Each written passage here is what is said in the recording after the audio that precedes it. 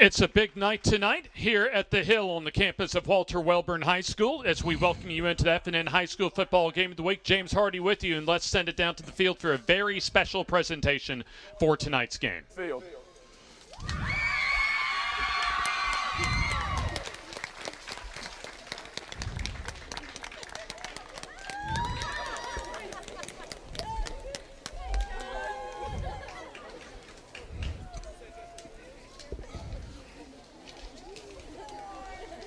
Coach Erica Kelly Lehman, thank you for the many years that you have dedicated your time and love unselfishly as a coach, teacher, mentor, and friend to all that have walked the halls of our beloved Wellborn High School.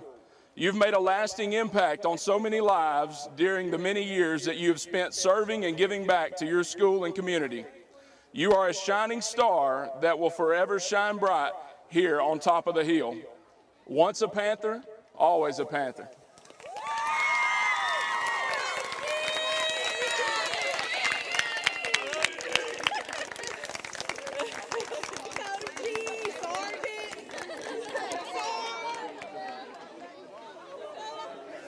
We have one more recognition. We would like to recognize Miss Robin Kynes and all former color guard majorettes of Walter Wellborn High School.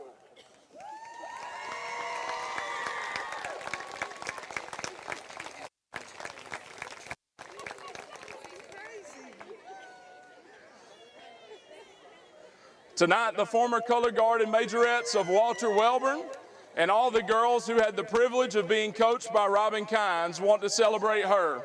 She shared her gifts, talents, and work ethic to make us the best we could be. We will never forget. Thank you, Miss Kynes.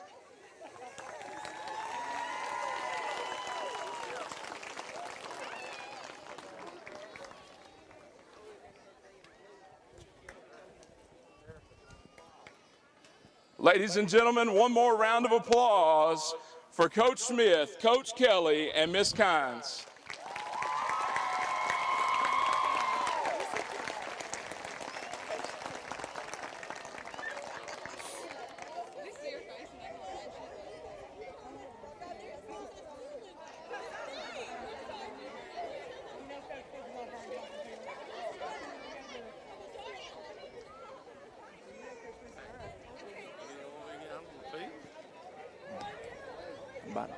I'm about to.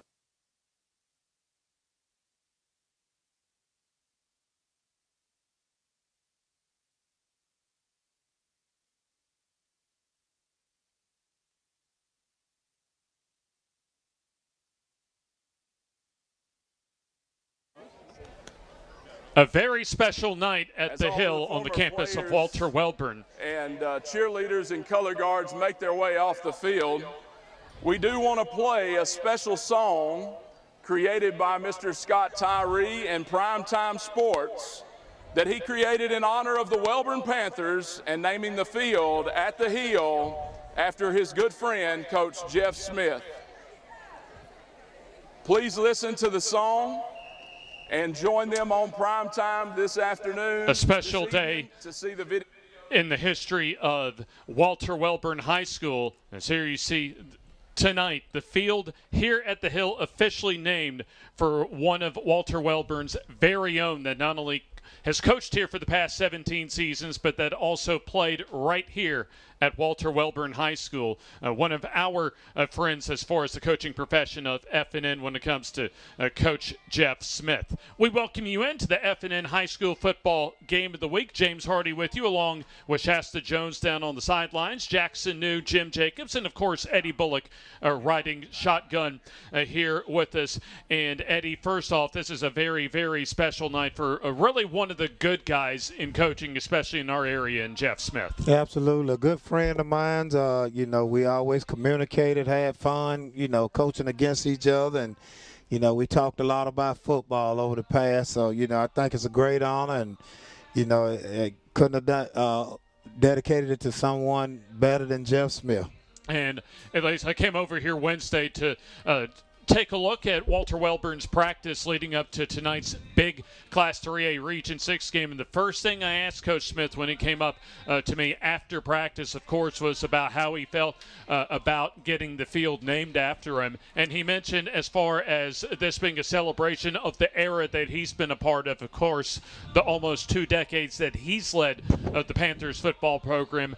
Also the time that he spent in the late 80s as a player for the Panthers. But with all of that said, Eddie, what stuck out to me was just the emotion and the appreciation that he has for how Walter Wellborn and the community is honoring him tonight. Well, James, I can tell you, anytime you can come back home and be received the way he has been received in this community and from this school, man, I mean, it makes your heart melt, and he and I, we talked about it in the past, and it just makes you feel good to be welcomed back home and accepted, for good or bad, and, no strings attached, just, you being family. I tell you, Eddie, from the coaches that I've visited just in the 5 seasons doing football games with FNN in our area, Jeff Smith is the embodiment as far as just when you look at the schools that they coach at. Jeff Smith really embodies the hardworking, blue-collar type of culture that Walter Wellburn's always been about. Well, and that's what he came through. He played on the blue collar, and, he know what it takes, and he's been really, really blessed, good group of guys, good community, and he's done a fantastic job, coaching, and, hey, my hat's off to him, man.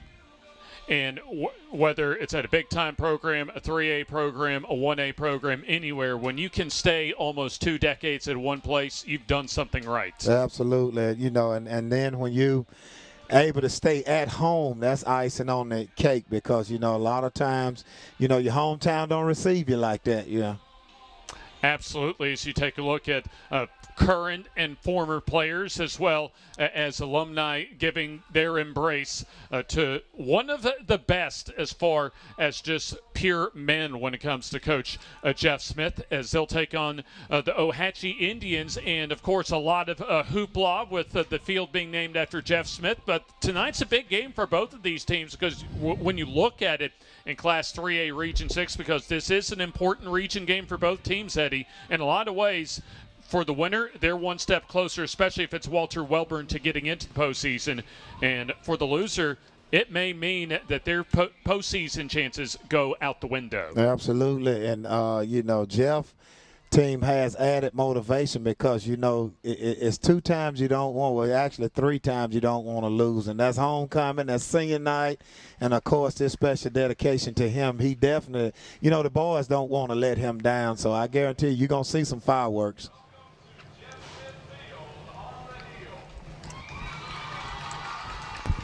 Guys, let me jump in here just a little bit and interject a couple of things, too, from our perspective. When we started doing this 15 years ago, this is one of the places where we were welcomed with open arms. A lot of folks really didn't know what streaming and covering games was all about and things like that. And, Coach Smith, he just made us incredibly welcomed and, come do our games. We'd love to have you. And he's been a friend ever since. And by the way, we're both huge Elvis fans. It's just great to see this happen for him because he deserves it. He was our very first Coach of the Year back in 2012. And, I mean, it's just great to see this happen for somebody who's been at it so long. And, Eddie, if I'm not mistaken, other than Dr. Tommy Miller, Coach Smith is probably the most tenured coach in the county, isn't he? Yes, he is. And, Jim, I'll tell you a quick story. My friendship with Jeff goes beyond, we coached, but we never actually played each other head to head. But I can tell you this, Jeff Smith is the only coach that I know that I've ever dealt with or had any dealings. He texts me every holiday.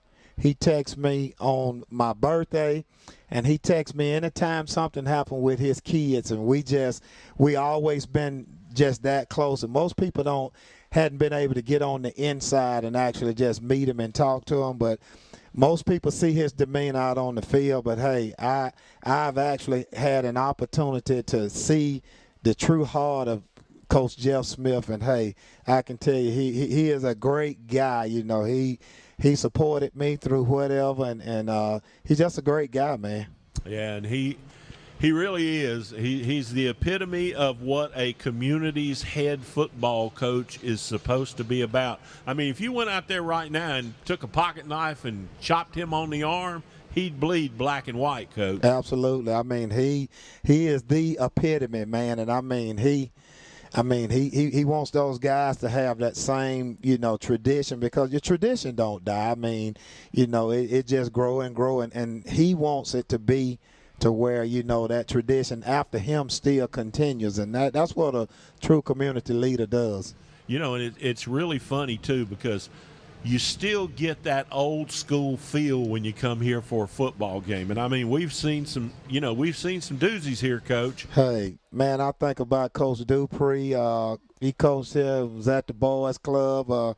I think about the times, you know, like you said, old school feel. I think about the times just getting in trouble and, hey, they breaking out that paddle, you know, back in the days. And it's just old school, like you said.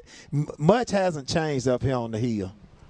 No, and you know, as long as that guy that just got this honor is here, I don't think it ever will, and that's the way it ought to be. Absolutely. You know, Eddie, I told him, I had a funny conversation with him.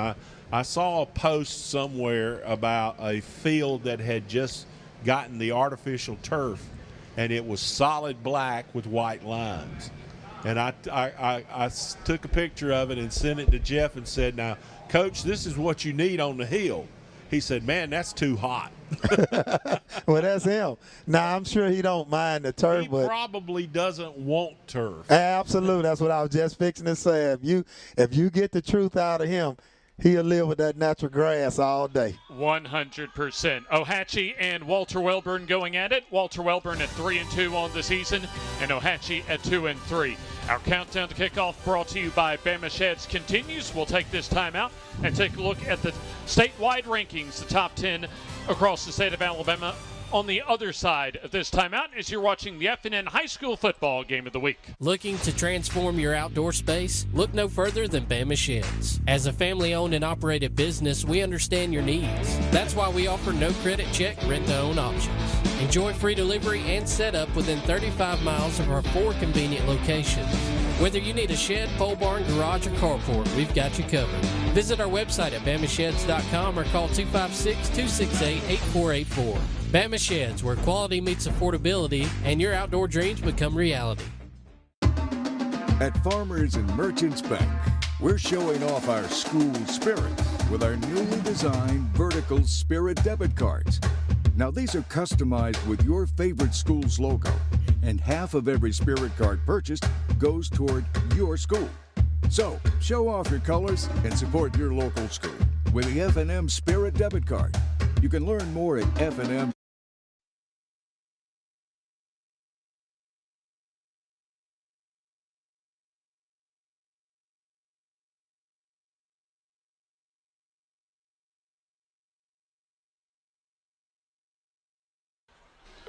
From the Hill at Jeff Smith Field at Walter Wellborn High School, we welcome you in to the countdown to kickoff presented by Bama Sheds. James Hardy, Coach Eddie Bullock, Jim Jacobs, Shasta Jones, as well as the rest of our FNN crew.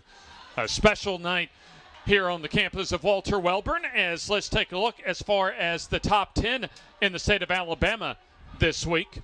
First off in Class 7A, as you have really a competitive top 5 or so. Central, Phoenix City, and Thompson getting 17 first-place votes combined, as Central Phoenix City just a little bit ahead of Thompson for the top spot. And then you take a look at the rest of the top 10, and of course a heavy Birmingham flavor with Hewitt, Trussville, along with Vestavia and Hoover in that top 10, along with Thompson. Eddie, are we going to see something different in Birmingham this year other than Thompson and Hewitt, Central Phoenix City? Maybe. You know, I'm thinking I've got an opportunity to watch him. You know, Thompson has played a lot of close games, and, you know, it's the first time in a while you see them with 2 L's on the side. But I think we're going to see something different. All right, well, let's wait and see how that turns out. Let's move on to Class 6A, where Clay Chalkville appears to be in a league of their own. Yeah, at 7-0 on the season, 17 of the 18 first-place votes. And then you look at the rest of the top 10, Homewood hanging in there in the top 10 at 6-1, but at least out of 6A Region 6, Clay Chalkville, the top team in region play, and that's really pretty much it as far as that top 10. Muscle Shoals, Saraland, Hartselle, and Parker all in that top 5. Hey, Coach, you better keep your eye on number 6 right there. Coach Johnson, you know, he came up from Montgomery Catholic with a couple of state titles in his pocket. He might be a sleeper. You're right. And, of course, you know, I watched Parker. Parker, to me, is not playing as hungry as they were. But, hey, I tell you what, Clay Chalkville is that deal. Yeah, they are rock solid. Absolutely. There's no question about it. That's a good program right there. Let's move on over to 5A, where there's some sleepers looming here as well. Of course, everybody's been talking about Moody all season long. They've got a tough one tonight, the battle for the bridge over at Leeds at Homer Smile Stadium for the Blue Devils. Probably will get out of there with a win if everything goes right. But there's another one, Coach, at number 6. Coach Danny Horn laying in the weeds. Well, you can't bet against the Horn. He's been there and done that. So, you never count that man out. And then don't forget St. Clair County, a huge double overtime win at home last week against St. Clair County, as they're firmly in the top 10 this week at number 8. Yeah, picked up that big W against the Leeds Green Wave, and that was a big deal for St. Clair County. We will see them in a couple of weeks against Jacksonville. All right, here's Class 4A. St. Michael took care of Jackson last week. Hey, Coach, how would you like to be in that region? Hey, that's a tough region. Hey, I wouldn't want to be in it, not right now. Yeah, you got pretty much 2 state championship contenders, maybe the 2 favorites at 1 and 2 in the very same region. And the funny part about it is one of them's not going to get there. I mean, it's not possible. They're going to play for it out of the South more than likely. West Morgan's getting a lot of attention up north, as is Anniston. The Bulldogs looked pretty good to us last week, Coach. Hey, I talked to Coach Jackson, and he seems to think he can make a run. So, I don't really know a lot about West Morgan, but I'm interested to see, how things pan out toward the end of the season. Let's slide on over to Class 3A, James, and Mars Hill Bible right there at the top where they've been for a couple of years. And then Piedmont firmly at number 2, also with a 6-0 record. And then you got a couple of outstanding teams in Gordo and Fife. And Southside Selma's had a resurgence the last couple of years as they're having one of their best starts in program history down in Dallas County at number 5. And then you look at the rest of the top 10, Geraldine, Cottage Hill, Bayside Academy, Montgomery Academy, and T.R. Miller down in South Alabama at number 10. Coach, after you get past Mars Hill Bible, I think any of the other 9 could make a run. Absolutely. It's pretty much a toss of the coin, but, Mars Hill Baptist, in my opinion, is just a step above everybody else. That's just a totally different program. All right, let's slide on over to Class 2A here and start off with Laverne at the top of the chart this week. Yeah, Laverne, an outstanding program in Class 2A. A lot of tradition down in South Central Alabama, but Coosa Christian, even with really the last couple of years, the adversity as program that they faced, they're having a very nice season under Coach Rush Probst at number 2, coming up with 4 first-place votes this week. Coach, I'm hearing a lot about Tuscaloosa Academy, and, of course, from our area, you've got Pleasant Valley hanging around at number 7. Well, I think Pleasant Valley's going to make a decent run at it, but I'm like you. I've heheard a lot of Lil Bird talk about Tuscaloosa Academy, so I think that out of all of those, that's the sleeper in the group right there. And I don't mean on a negative sense. Yeah, I but agree with both of you there. And James, if I'm not mistaken, Coosa and Tuscaloosa Academy play before the season's over, don't they? That's right, the very last game of the season. Boy, that'll be a war. Absolutely. All right, well, let's slide on over to Class 1A, and of course, we can probably begin and end with the one at the top. Without question. Yeah, Wadley is in a time zone that none of us can get to. Absolutely. They at warp speed. I think the only thing that could thwart their opportunity, Coach, would be if somebody gets hurt. The star back they've got down there, if he were to get hurt, then somebody could maybe slip in there on them. Winterboro's had a great year at number 5. They're 6-0. They will play Wadley here, I think, in a week or two, and we'll see what they can do. They're in the same region. Well, it's definitely going to be a measuring stick for them, but, as of right now, Wadley has the upper hand on everybody in Class 1A, I believe. And that takes care of business. So I think we're ready for the national anthem, if I'm not mistaken, and we will go to the field for that right now.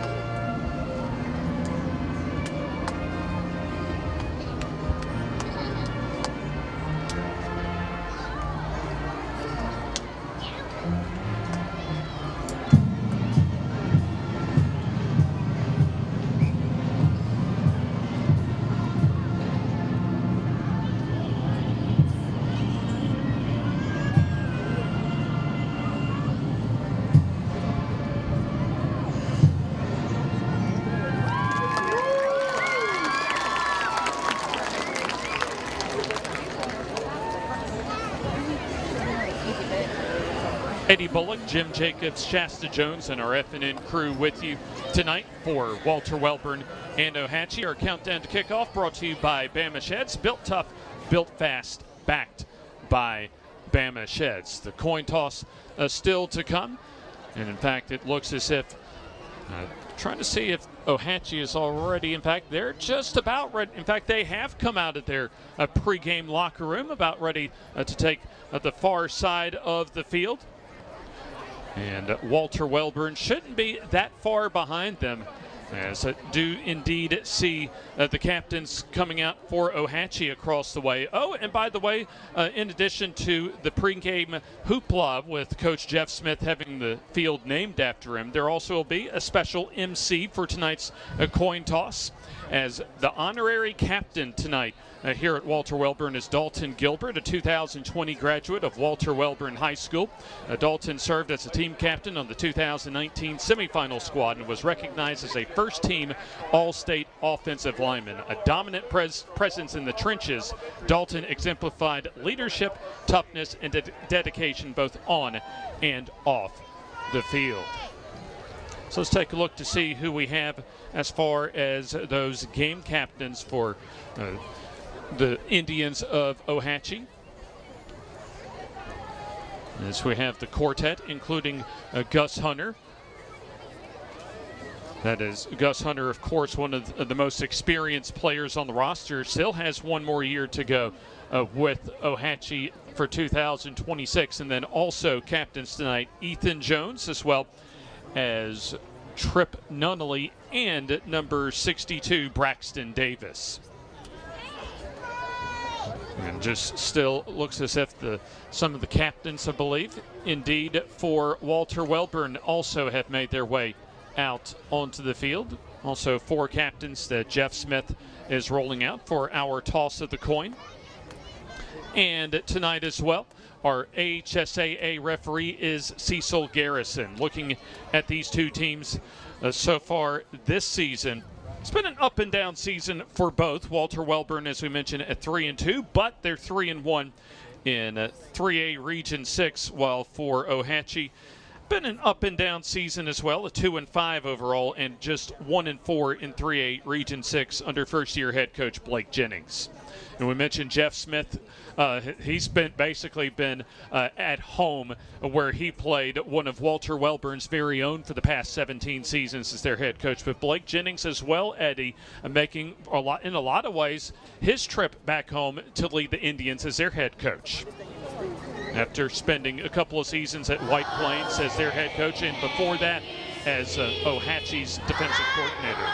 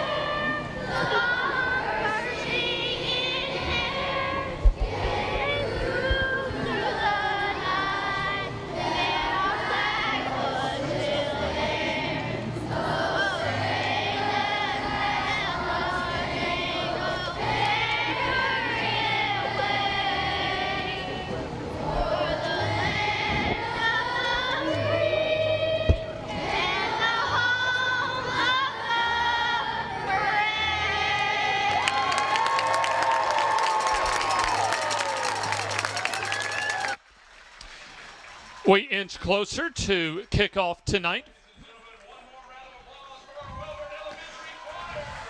The Walter Wellborn Elementary Choir also performing the national anthem tonight. James Hardy along with the rest of our FNN crew as we take a look at the Ohatchee captains. And we were mentioning, at least before the national anthem, Eddie, of course, Jeff Smith, a special night for him as far as celebrating Walter Wellborn celebrating one of their own, but also Blake Jennings after spending 2 seasons at White Plains as their head coach. Prior to that, defensive coordinator at Ohatchee. Prior to this season, he decided, hey, I'm going to take the call to come back home as head coach. So I imagine it's been a very special season for Coach Jennings as well. Absolutely. Well, and like I say, anytime you get to go home and, you receive well at home, it's always a blessing, man. And that's the ultimate goal, to try to go home and coach. J.D. Talley along with Brady Greenwood, Justice Williams, and Jayden Henniger, the captains for Walter Wellborn, as they make their way out to midfield. So does Cecil Garrison, the referee, and we'll send it down to referee Cecil Garrison for the opening coin toss. A big game tonight for both of these teams. As for Walter Wellborn, really, if they can get 2 wins and get to 5 region wins, they would feel pretty good. In fact, more than likely punch their ticket into the postseason. While for Ohatchee, if they lose tonight and Glencoe wins, Ohatchee's postseason hopes are done. Because when you look at the standings right now, as we take a look at the opening coin toss, and it appears that Walter Wellborn will kick off as Ohatchee will receive the opening kickoff for tonight's ball game. And for Ohatchee, not a lot of regular season games, so really not a lot of chances for them, Eddie, to improve their resume going into the playoffs, because after tonight they have a home game against Glencoe, and then they'll also go to Sachs for their last regular season game in 2 weeks. So really tonight is a must-win game for Ohatchee.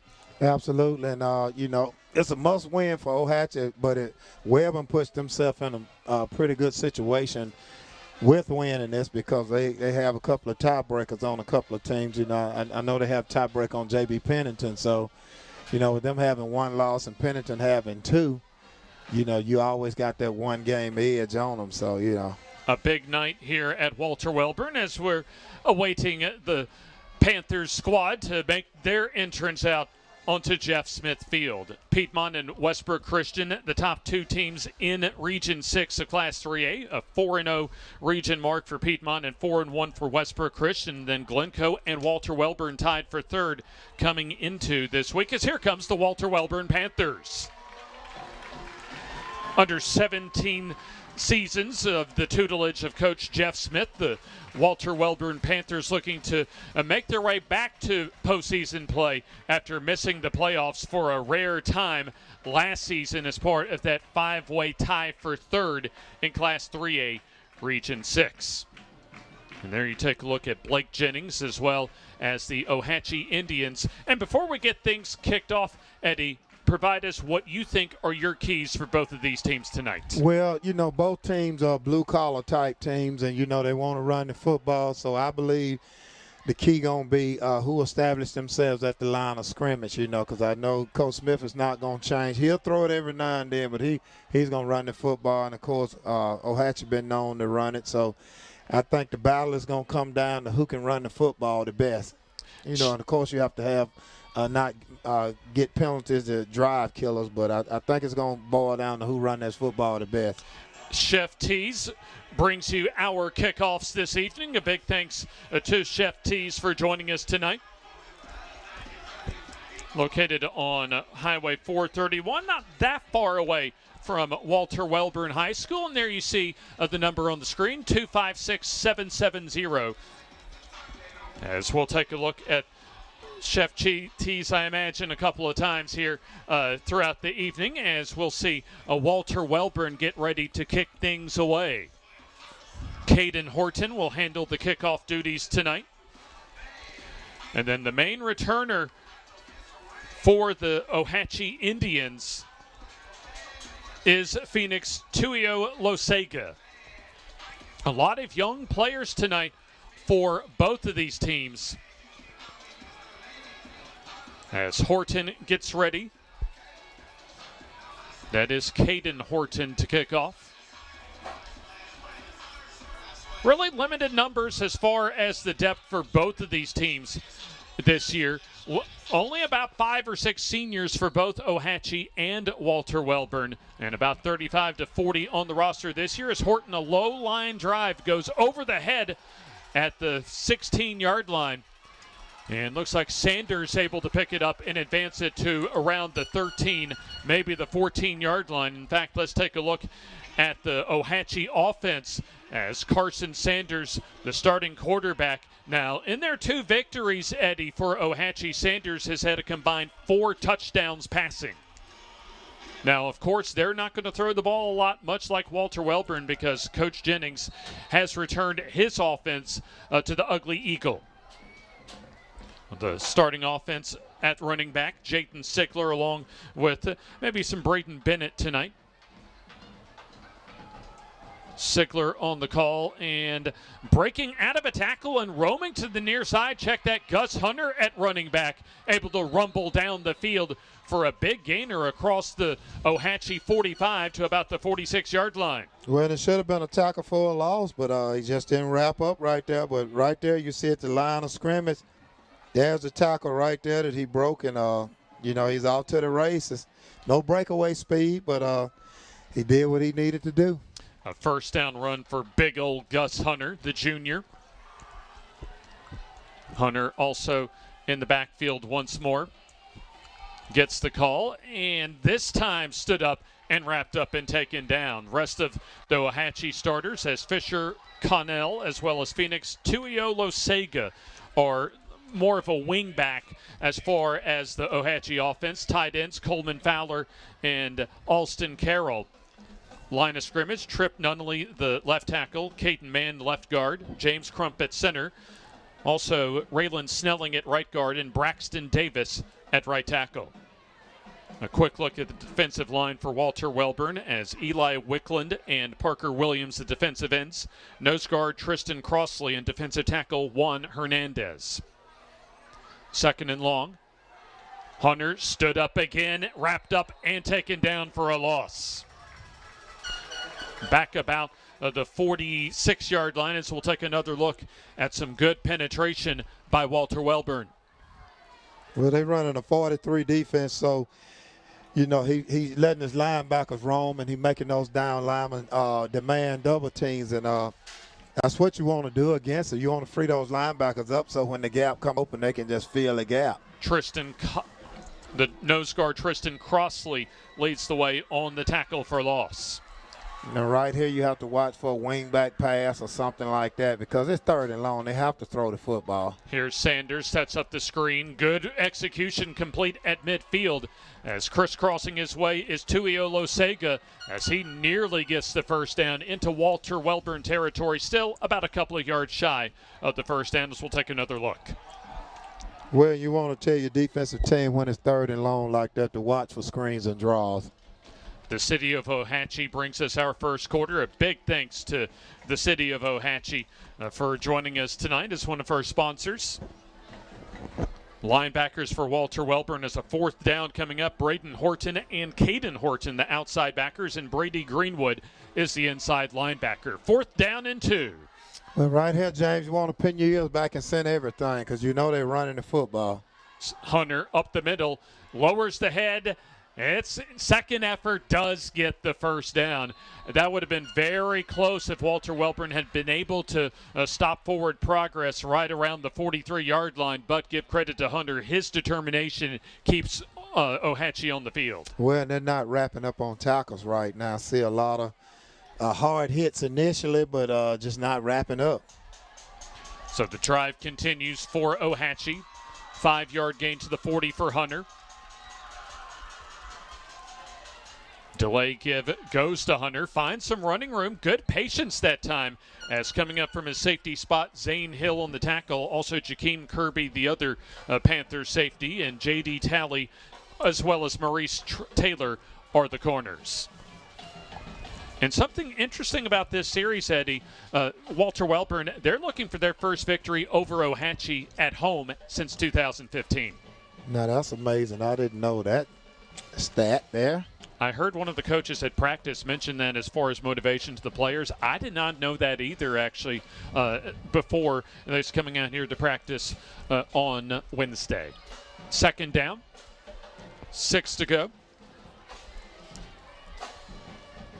Once again, Hunter on the call, wrapped up and taken down around the line of scrimmage, in good pursuit on the part of the front 7 for Walter Wellborn, as they'll limit the gain to Hunter to about a yard. Ball at the 34-yard line. We have played almost 4.5 minutes of this opening quarter. A rapid drive so far as the clock so far, predictably though, with the way that these two teams like to keep it on the ground, clock has not stopped so far. Yeah, absolutely. It's not going to stop unless, first down, but other than that. Sanders on the roll. He'll wind and throw, and that is almost intercepted. J.D. Talley able to jump the pass that time and almost come away with a turnover. Well, it would have been a pick 6 if he get it. He read the quarterback eyes all the way, and, he jumped that route. He was right on it. A big thanks to the city of Ohatchee as they bring us our first quarter.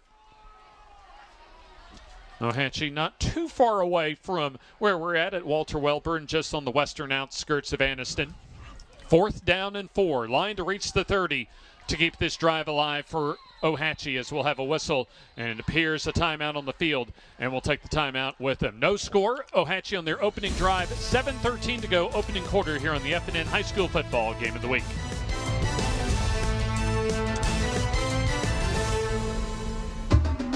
At Farmers and Merchants Bank, we're showing off our school spirit with our newly designed vertical Spirit debit cards. Now, these are customized with your favorite school's logo, and half of every Spirit card purchased goes toward your school. So, show off your colors and support your local school with the F&M Spirit debit card. You can learn more at fnm.bank. Member FDIC.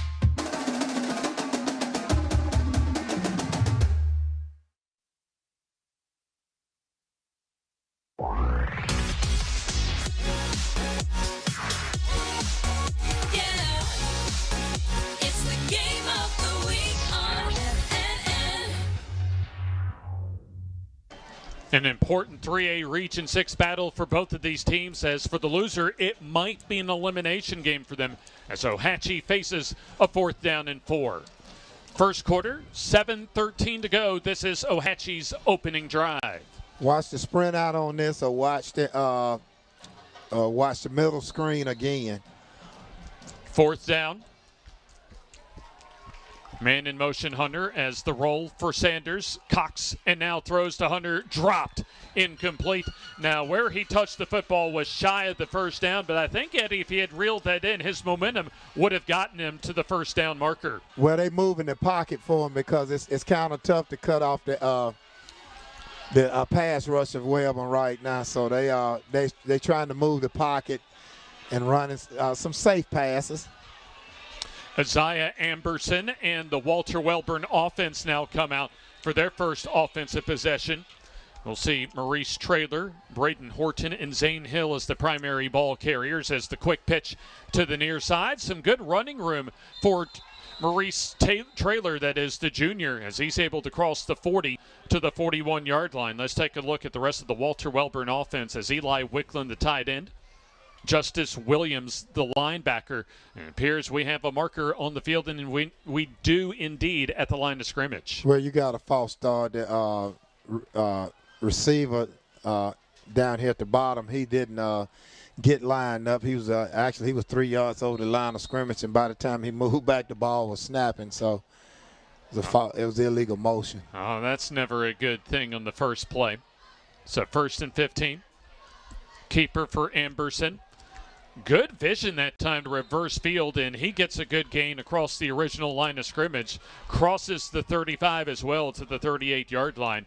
Wicklund, the tight end, Justice Williams, the wide receiver, and then offensive line, Colt Quinn at center, Jayton Henniger at left tackle, Sawyer Thomas at right tackle, and then Parker Williams at left guard, and Dalton Dillard is the right guard. 2nd down and 6. Quick hitter right up the middle, and that's Braden Horton as he bangs through some Indians defenders into Ohatchee territory for the first down. Well, that's Wellborn football right there, just pound and grind, pound and grind. And there you see running through tacklers was Braden Horton, the freshman, on his first carry of the night. Up front for Ohatchee, Coleman Fowler, as well as Tripp Nunnally, the defensive ends. Jackson Turley, the nose guard. We'll also see some Braxton Davis along the defensive line. Here's the double counter, as it's Zane Hill getting some running room off the left side as he's still on his feet and finally taken down inside the Ohatchee 25. And they'll spot the football maybe inside the 20-yard line. And it's going to be a Walter Wellborn first down, as well as a red zone trip. Well, he did a good job, and if you watch him, you're going to see him seal this side. They're going to come and block that guy right there, and that's going to allow him to get a couple of extra yards. So Zane Hill, a big carry for a first down. And Beth Thomas, Alpha Insurance Agency of Talladega. She provides coverage in Calhoun and Talladega County, brings us our red zone opportunities as Amberson sees some room, or check that, Trailer sees room, loose football in the end zone, and they say a fumble. And so looks like a touchback on the field is called. If it is, yeah, it's a touchback, and so Ohatchee gets the football. I thought he might have crossed the line before he fumbled. Let's see. Trailer able to take the pitch. Let's watch that football, and I think that's a good call, Eddie, as you see Gus Hunter able to knock the football out. In fact, our own Shasta Jones was able to talk with Gus Hunter right before today's ball game. And Gus Hunter banged up for much of the season, and in fact, we'll send it down to Shasta because she has some more information on one of the bell cows for Ohatchee this season. Thanks, James. Yeah, I caught up with Gus as he was going into the locker room. He said he's playing with a torn labrum in his right hip now. Earlier this year, he had a concussion. So what you're seeing him in out there tonight is a guardian cap and a cowboy collar. He's had improvement this season in weight room speed. He's played O-line his whole life, and this is his first year at running back. He's built his leadership, and he wants those around him to continue to work hard, get better. The record doesn't matter till the end of the game and the end of the year. Well, there you see Hunter right on cue as Zane Hill may have prevented that gain for going for bigger yardage that time. as Gus Hunter able to rumble his way to about the 28-yard line. The City of Ohatchee sponsors our first quarter. We are 7 minutes in now to the opening quarter. So a break for Ohatchee defensively as Hunter was able to make the strip of the football right before Maurice Traylor, the junior Walter Wellborn running back, was able to get into the end zone. When he had the football on the inside arm, he should have swapped it over. Man in motion as there's the pitch and a loose football as picking it up is the quarterback in Carson Sanders as Jayden Sigler wasn't able to field that errant pitch. As we'll take another look. Well, it was a missed opportunity right there. He made a good pitch. Guy just took his eyes off the football. It was a little bit high, but still it was catchable. I think he kind of saw the outside linebacker coming up. Outside linebacker and Braden Horton that time almost able to get the recovery. Absolutely. I mean, we call that alligator arms. He developed alligator arms when he saw him coming up. So third down as the keeper for Sanders, or check that, the counter give. I was fooled out on that play as a nice play designed, but Walter Wellborn wasn't fooled as Tuio Losega took the carry and went nowhere. Now, I guarantee you Coach Smith going to give him a pass on the first one, but after this, and I don't mean a literal pass, but a pass for fumbling that football, but after this, hey, he probably going to jump into him. Justice Williams ready to return the punt from Ethan Jones. Still no score here in the opening quarter. Jones, a line drive punt as Williams picks it up now about the 33. Moves it back upfield and gets some yardage, a little bit of yardage. Nice job, however, by the Ohatchee special teams as they're able to minimize that return. And the clock stops with just over 3 minutes to go in the opening quarter.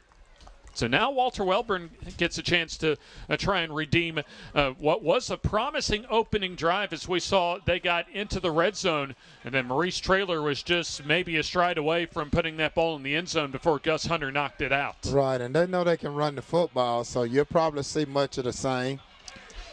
And something that was a key that Coach Jeff Smith told me, Eddie, for his offense tonight, production on first down.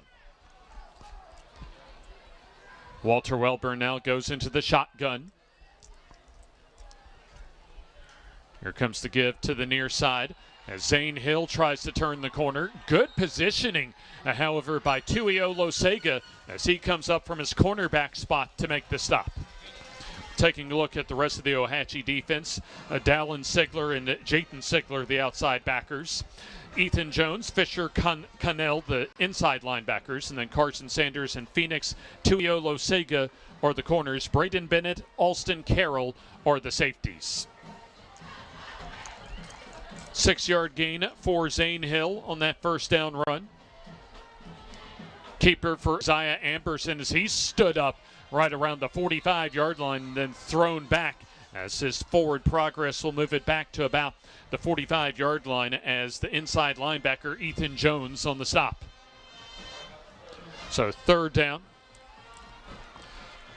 They'll say the line to gain about the 49 or about the 46-yard line. So third down and 1 coming up. Under 2 minutes to go, opening quarter. The City of Ohatchee brings us our opening quarter. See what Jeff Smith has in mind here for this third down call. And it's the give up the middle and big running room for the first down as Caden Horton on the carry. So he was able to get that football across midfield to the Ohatchee 43-yard line for the first down. No passes so far for Walter Wellborn on either of their drives as Justice Williams, one of the few seniors for Coach Jeff Smith and the Panthers of Walter Wellborn, comes back out on the field. You're probably not going to see it either, James. That's typical Coach Jeff Smith. He's going to run the football until you either put him in a situation schematically where he has to throw it or third and long or something like that. As long as he can run that football, he like Vince Lombardi. He's old school. He's just going to run it till you stop it. Braden Horton on the carry from his fullback spot for just a couple. So second down upcoming as we'll have a reserve offensive lineman check in for the Panthers. And that's something unusual I noticed. They keep sending him in. He keep taking the plays in. I've never seen a team use an offensive lineman to take the play into the quarterback. Juan Hernandez into the game along the offensive line. Here's Caden Horton off the right side as he almost broke through and able to get another Walter Wellborn first down. From about the 41 to the 24, so a gain of 17 on second and long. Take another look. Good vision by Caden Horton as he was able to advance the sticks for the Panthers. Maybe one more play in the cards in this first quarter. A City of Ohatchee first quarter for Walter Wellborn. Panthers now out of the huddle at 7. They found some on that right side. Amberson on the give. Caden Horton snakes his way through, plows his way inside the 15 to the 14-yard line. A red zone trip coming up for Walter Wellborn as we conclude the first quarter of play. A big thanks to the City of Ohatchee for bringing us our first quarter. Walter Wellborn trying to get on the board as we'll see if they can do so to begin the second quarter after this timeout.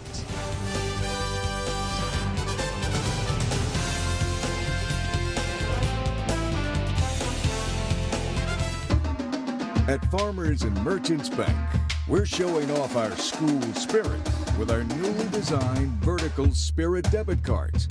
Now these are customized with your favorite school's logo, and half of every Spirit card purchased goes toward your school. So, show off your colors and support your local school with the F&M Spirit debit card. You can learn more at fnm.bank. Member FDIC.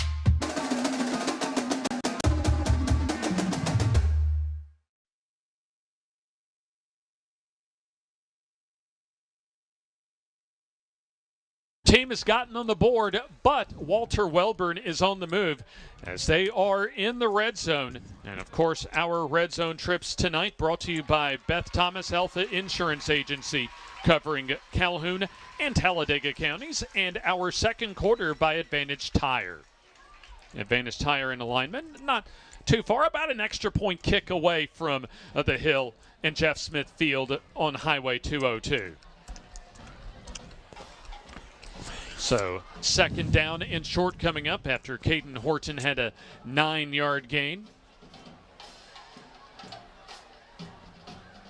Walter Wellborn, they've been able to move the ball on the ground pretty much at will. However, a Gus Hunter forced fumble and a recovery in the end zone for the Indians was able to stop a potential touchdown drive on Walter Wellborn's opening drive in the first quarter. Amberson plows his way up the middle and he gets the first down. And let's see, and he gets out of the pile that time and just strolls his way on in for the touchdown. Very nice job by Isaiah Amberson, the quarterback, as he's able to just rumble his way in from 15 yards out. Well, he just kept his feet moving. I mean, they're not wrapping up on tackles, so, they piled up and, he kind of took the initial contact and no panic, no worry. Hey, I got this.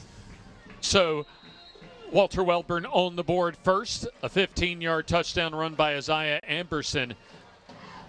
As it appears that they'll go for two, will Walter Wellborn.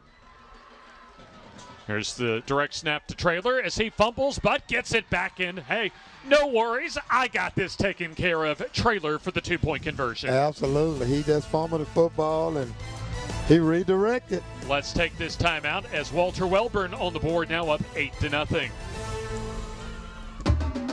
At Farmers and Merchants Bank, we're showing off our school spirit with our newly designed vertical Spirit debit cards. Now these are customized with your favorite school's logo, and half of every Spirit card purchased goes toward your school. So, show off your colors and support your local school with the F&M Spirit debit card. You can learn more at fnm.bank. Member FDIC.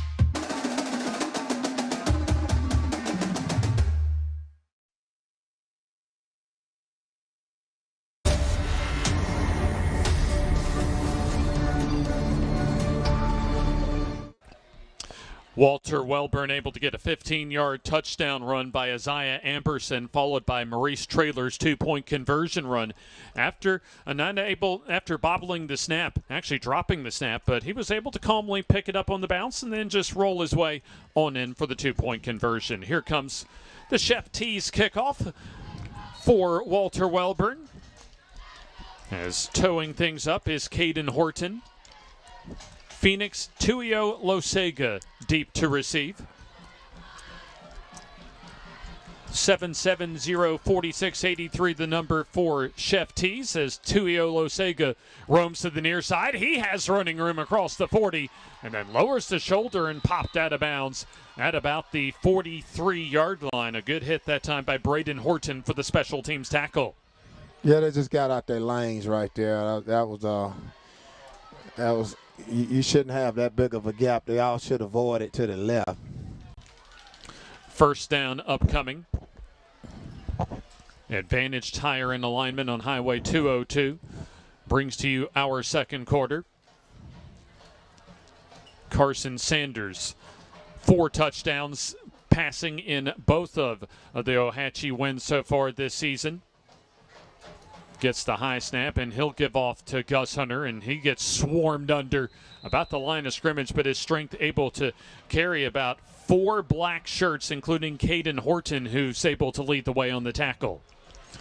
That high snap counter threw the play off a little bit right there. So second down upcoming. Also a big thanks to F&M Bank that's provided a season-long coverage for us here on the F&N High School Football Game of the Week for Season 15. Always been money in the bank for our folks across our F&N coverage area with service, solutions, and strength. Second and long. Just 1 minute and change into the second quarter as Tuio Losega with a convoy off the left side turns the corner and gets the first down and nearly able to take it to the house as he's run out of bounds into Walter Wellborn territory inside the 40. And James, if you watch, they're going to seal off this whole side right here. Look at all of those white shirts, Eddie, around the corner, and good job of Tuio Losega of just allowing those blocks to develop as he advances the football inside the 35 to the 32-yard line. That's a gain of 21 yards on first down. The ugly eagle set. Another high snap as Hunter tries to bounce it out and has running room as he turns the corner, lowers the shoulder as Caden Horton has to ride him out of bounds, but not before another first down run. Well, and they sealed the outside again. Webb does not have an outside contained, so, the cornerback went inside, and he needs to turn it back inside. And there you see the long run for Gus Hunter that gets the football inside the 20-yard line. So for Ohatchee, this is their first red zone opportunity of the night, courtesy of Beth Thomas Alpha Insurance Agency. When you're talking 2 plays, a good kick return, and 2 plays, and they're in the red zone. Sanders on the give to Hunter as he's wrapped up in the backfield as you see a couple, maybe 3 black shirts that time lead the way on the stop. Number 58, and Dalton Dillard leads the way on the tackle. And James, if I'm Ohatchee, I'm going east to west with that buck sweep that they're running because they're having a lot of success with it. Wellborn does not have good run support from the corners. So, you can't run directly at them because you're not having success. So, if I'm making that call, hey, I'm going to the outside. If you look and see, the cornerback is already beat by a lineman. He's lined up on the inside right there. Here's the pass toward the end zone and a bit high from Sanders and incomplete. Intended to believe for Tuio Losega as good coverage in the back end defensively. J.D. Talley on the coverage for Walter Wellborn. So third down and long upcoming. So third down and looks like a goal to go situation from the 9. And of course, 4 down territory here. So let's see what Blake Jennings has in mind as far as how he wants to go about this 3rd and goal. Well, they beat again up top, James, by a lineman. If you look, the cornerback is on the inside right there. So Sanders on the give. And looks as if Jayden Sigler on the carry as he'll get to about the 7, maybe the 6-yard line. So 4th down and goal. And remember, Walter Wellborn has already gotten a touchdown and a 2-point conversion on the board. So it appears that Ohatchee wants to try and answer that touchdown +2 with a touchdown of their own. Play clock at 20 seconds for Ohatchee on this 4th down and goal. As we've played almost 3 minutes of the second quarter.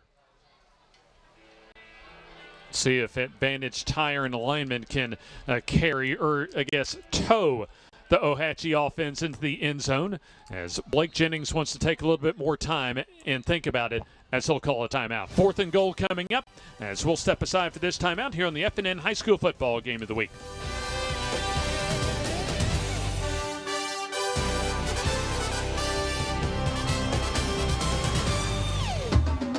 At Farmers and Merchants Bank, we're showing off our school spirit with newly designed vertical Spirit debit cards. Now, these are customized with your favorite school's logo, and half of every Spirit card purchased goes toward your school. So, show off your colors and support your local school with the F&M Spirit debit card. You can learn more at fnm.bank. Member FDIC.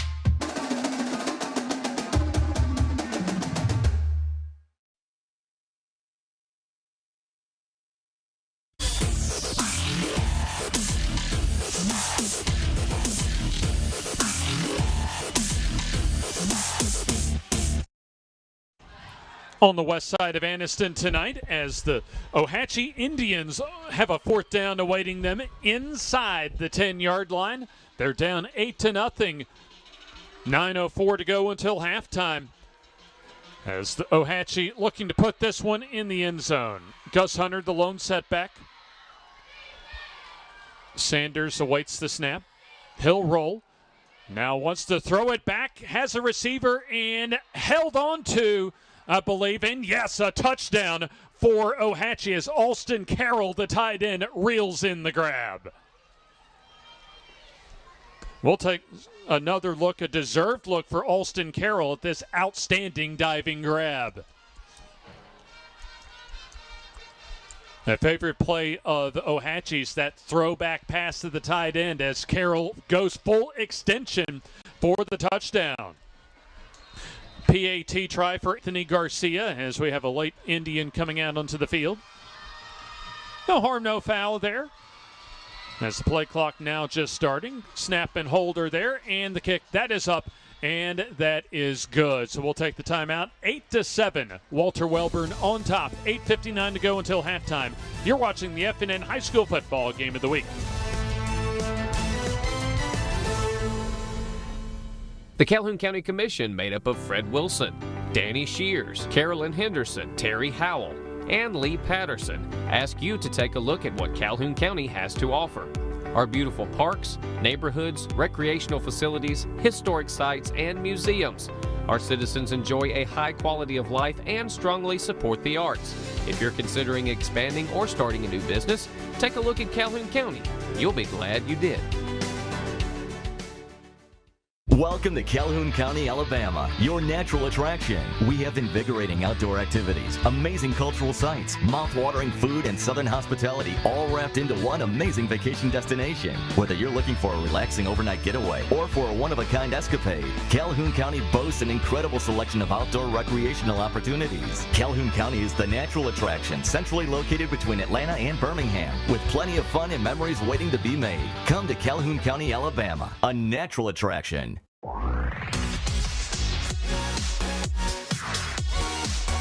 Yeah, it's the game of the week on FNN. 8-7, Walter Wellborn on top as Chef Tees serves up this kickoff for Ohatchee. But before that, hold everything. The officials stop play as it appears there's a flag on the play. In fact, right around where the kickoff occurred. A big thanks to Chef Tees on Highway 431. on the northern outskirts of Anniston. Big thanks to all of our sponsors for joining us this evening. Also, Advantage Tire and Alignment, our second quarter.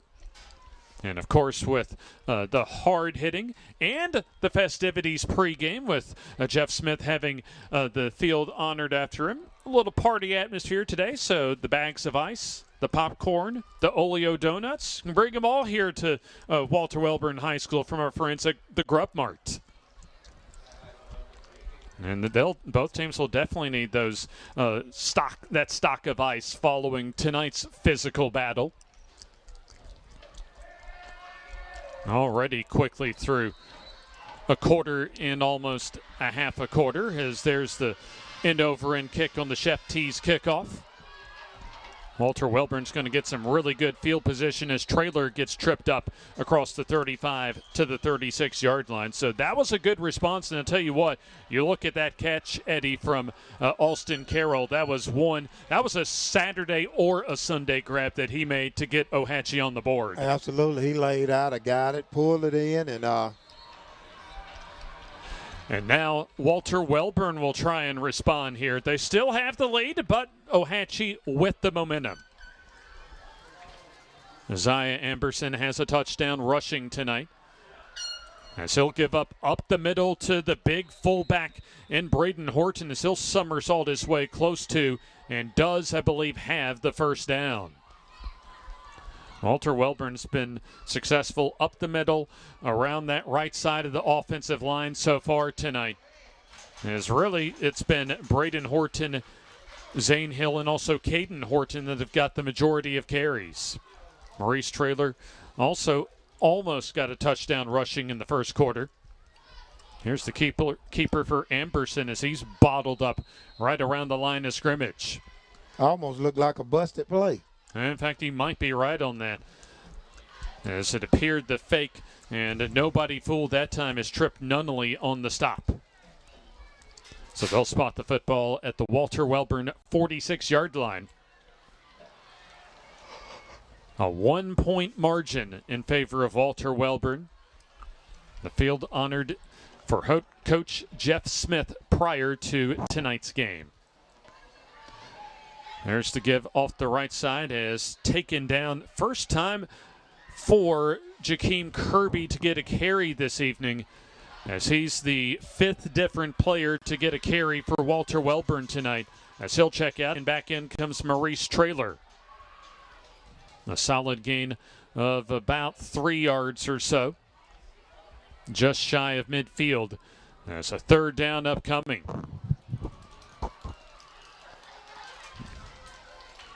Actually, a third and long. They say only about a couple. So Amberson on the roll, stops, and now cuts it upfield as he runs over a defender, but gets pushed back across a midfield as his forward progress stopped at the 49-yard line. What would you do here, Eddie, on this fourth down right around midfield? I don't know. With the way Ohatchee ran the ball last time, I'm probably going to punt the football and try to flip the field. So Caden Horton, the normal punting duties, but it appears that Isaiah Amberson's going to stay out on the field. 6:37 and counting here in the opening half. Now, Wellborn is very much capable of converting, but I wouldn't want to give Ohatchee that kind of field position. Play clock down to 6 as Jeff Smith wants and gets a timeout. We'll take the timeout with him. 8-7 in favor of Walter Wellborn as we take this timeout here on the FNN Game of the Week. Your neighborhood Grub Mart is your one-stop shop for everything you need when you're on the go. Grub Mart features the best prices on Coke and Pepsi products and is the home to the 99-cent bag of ice every day. And Grub Mart is your exclusive home for the popcorn bucket. Purchase yours for only $5.99, then bring it for free refills throughout the year. And save every day with your Grub Mart Super Saver card. When you're on the go, it's good to know Grub Mart has everything you need. Gas, diesel, and delicious Oleo donuts. In business over 78 years, visit your local Grub Mart today.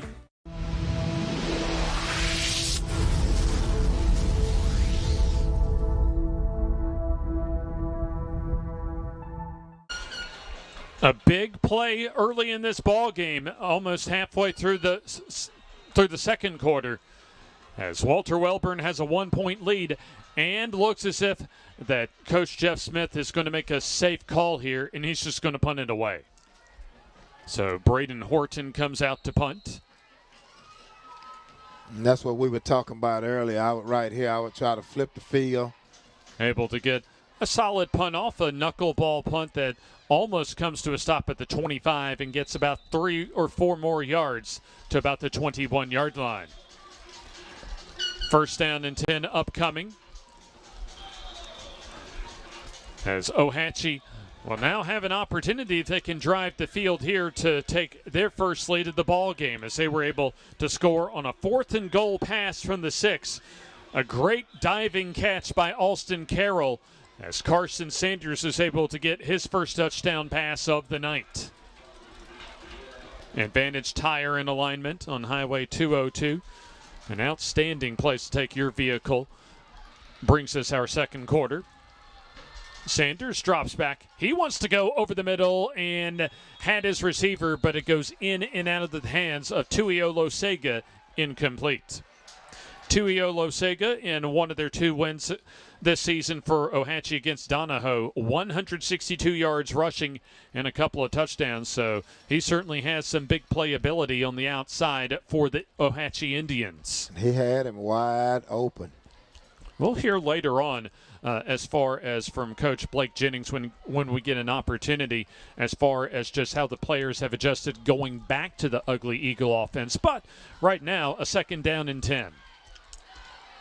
Here's Gus Hunter as he'll skip out of some initial traffic, but he's not going to go very far as he's taken down at around the line of scrimmage. Good pursuit by a couple of a linebacker and defensive lineman, Tristan Crossley, the nose guard, and Caden Horton, the linebacker.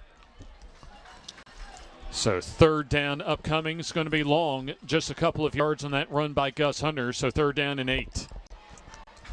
Line to reach for the first down is the 31-yard line. Tuio Losega brings the play in from the far sideline. Play clock down to 10 as now Ohatchee gets out of the huddle. Watch for the screens and draws. Watch for the screen. Sanders drops back, throws to the far side, and that's reeled in for the first down. Or no, incomplete. I thought initially that the wingback in Phoenix, Tuio Losega, was going to haul this one in, but just goes through his hands. Or check that, the tight end Coleman Fowler. I tell you what, that was actually a pretty good throw that time by Carson Sanders. Well, but when you know it's third and long, James, the inside linebacker look for screens and draws, and the cornerback's supposed to know where the first down markers are. He gave him almost a 7-yard cushion behind the first down marker, so, I mean, that's an easy throw. Ethan Jones back to punt. And then Justice Williams to return. Rush comes. There's a low line drive. That gets a nice Ohatchee roll as Williams wisely lets it go by and gets fielded by the Ohatchee special teams at the 38-yard line. So first down and 10 upcoming as a low-scoring battle, not unexpected certainly, as both of these teams trying to notch an important region win tonight. For Walter Wellborn, they can win tonight, and then on the road at Locust Fork, they would highly likely get into the postseason at a 3A Region 6. And then Ohatchee basically has to win out the rest of the way. Here's the quick give, a jet sweep handoff as reversing field is Zane Hill as he gets into the secondary, gets the first down and a lot more as he zigzags his way across that far side of the field into Ohatchee territory at the 42-yard line. Well, he ran 50 yards, James. He came this way, then he went back across, and then he came back across. Then he reverses there and come back across. Like he's making his way through a corn maze this time of the year. Right, he ran 60 yards to get 20. So first down and 10 for the Walter Wellborn Panthers. Amberson going to give off to his fullback Braden Horton. He barrels his way through across the first down marker to the 31-yard line. That's his imitation of Scatterboo. Indeed. We've seen the power a few times for Braden Horton so far tonight as he powers his way to the 31 for a Panthers first down. You look at the Walter Wellborn offense, a stark difference in their wins and losses. 6 points per game in their 2 losses, almost 40 in their 3 wins. And so far, they've been able to move the football at ease in all of their drives. Well, and most importantly, you know, they absolutely want to try to score on this drive before halftime. Amberson rolls to the near side, wants to run, and uses his blocking very well to get to the 25-yard line. It appeared initially that Ohatchee had that play corralled, but Isaiah Amberson showed some patience and able to find the hole that he got to get some solid yardage. Well, Amberson going to have to go down, too, either, you know, get out of bounds and a little bit quicker because he took a shot right there at the end, and when you're standing up, hey, you're not a defenseless player. You free game when you're running that football. Second down and about 4. Amberson to Trailer. Trailer wrapped up and taken down for about a yard or 2. So they'll mark the football at the 23-yard line. But third down and short coming up as that clock almost at 3.5 minutes to go until halftime. Walter Wellborn trying to find their way to pad their 1-point advantage. They have a 15-yard touchdown run from Isaiah Amberson early in this quarter. Third and short. Here's the give up the middle as that's Zane Hill, it appears, as he gets the first down with ease. Into the red zone, so that means the third red zone trip of the night for Walter Wellborn. Beth Thomas Alpha Insurance Agency, who serves Calhoun and Talladega counties, presents our red zone trips. Now, Ohatchee does a great job by alignment, getting somebody out to maintain, contain. That's the opposite of Wellborn. Wellborn cornerbacks are in tight. Here's Caden Horton off right in as he gets off a couple of tacklers and now taken down. Not before, though, he gets the first down and sets up a first down and goal at the 4-yard line. One of the defensive backs had been Braden Bennett that was able to save the touchdown.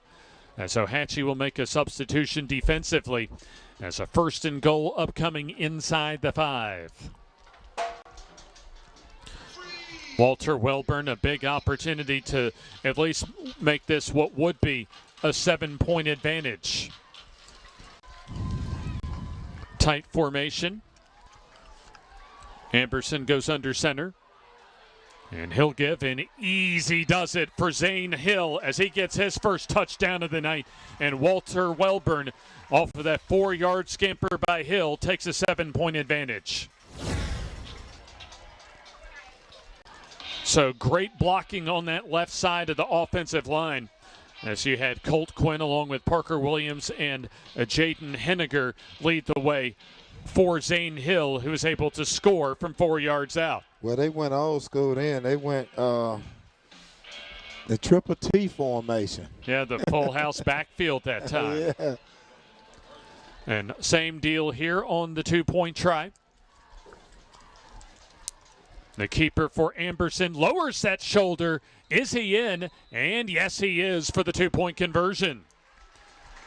So Isaiah Amberson shows his physicality as we go to this timeout. 2:10 to go until halftime. It's Walter Wellborn 16 and Ohatchee 7.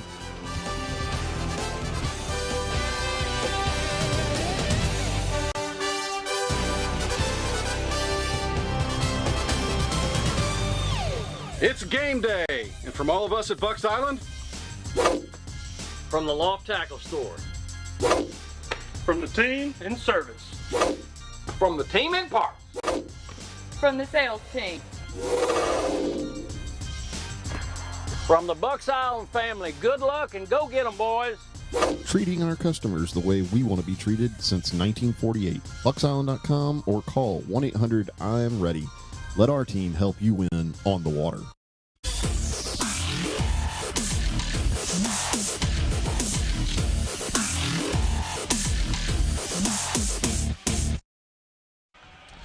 Walter Wellborn able to power their way down the field. And also with the Amberson 2-point conversion following the Zane Hill 4-yard touchdown run, they doubled their 8-point total going into that touchdown drive, and they're now up 16-7. James Hardy, Coach Eddie Bullock with you. Shasta Jones on the sideline says the Chef T's kickoff coming up. Now, James, I tell you, in situations like this, when I was head coach, I was greedy right here. I kick it deep. You got 2 timeouts. I'm going to get a stop on the first one, and then I'm going to call timeout, make them punt the football. Great coverage on Tuio Losega by the coverage unit for Walter Wellborn as they're able to bottle him up at the 25-yard line. So that's where Ohatchee begins this drive as they were able to get a 4th and goal from the 6. A touchdown pass from Carson Sanders to tight end Alston Carroll, along with the Anthony Garcia extra point to get the Indians on the board. And now Ohatchee, they could use a touchdown drive here to get back at least a bit closer, down 9. Still some time as far as trying to move this ball 75 yards. Absolutely. You want them to throw it one time so it help you out. You don't have to burn it. Oh, yeah, that's what you want them to do. Sanders steps up, getting chased down, and a flag on the play as he's wrapped up is Sanders at the 30, but I think this one's coming back. We haven't heard very much from our referee in Cecil Garrison tonight as he does indicate the hold. One of the least penalized halves we've seen so far this season. I think, what, 2? 2 penalties? I think you're right, just a handful of penalties. There's Cecil Garrison with that indication of the hold. So they'll mark that football back inside the 20. And they'll spot the football at the 15-yard line. Clock under 2 minutes to go until halftime. Sanders awaits the snap. Tuio Losega in motion as now the dump down pass is knocked in the air and incomplete off the hands of Jayden Sigler. So 2nd down and long upcoming. And Jeff Smith thinking about what you mentioned, Eddie, still with a couple of timeouts. They still have an opportunity to stop this clock and maybe come up and sneak in a late score of their own before halftime. Absolutely. You don't want to, as long as they throwing it, you don't call timeout, you know. You don't call timeout. As long as they incomplete pass or they go out of bounds, you say the timeout. 2nd down and long. Sanders with Tuio Losega in motion as the Jets sweep to Tuio Losega. Follows the blocking around the corner.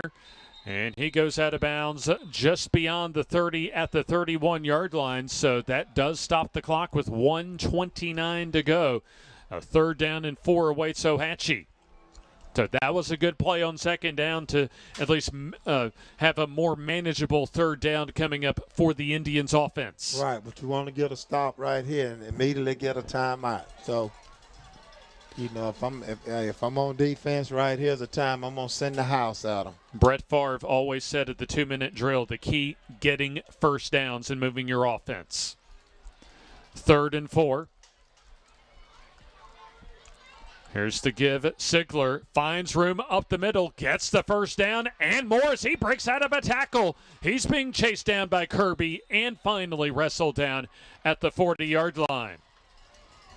That's a good run to stop the clock to move the chains with 1:18 to go until halftime. That is a gain of 29. That's a great run. He broke 2 tackles right there, and if Wellborn didn't have the speed that they have, it might be looking at a 1-point game. 1 timeout at the disposal of Ohatchee. Sanders rolls, sets up the throwback screen complete to Sigler.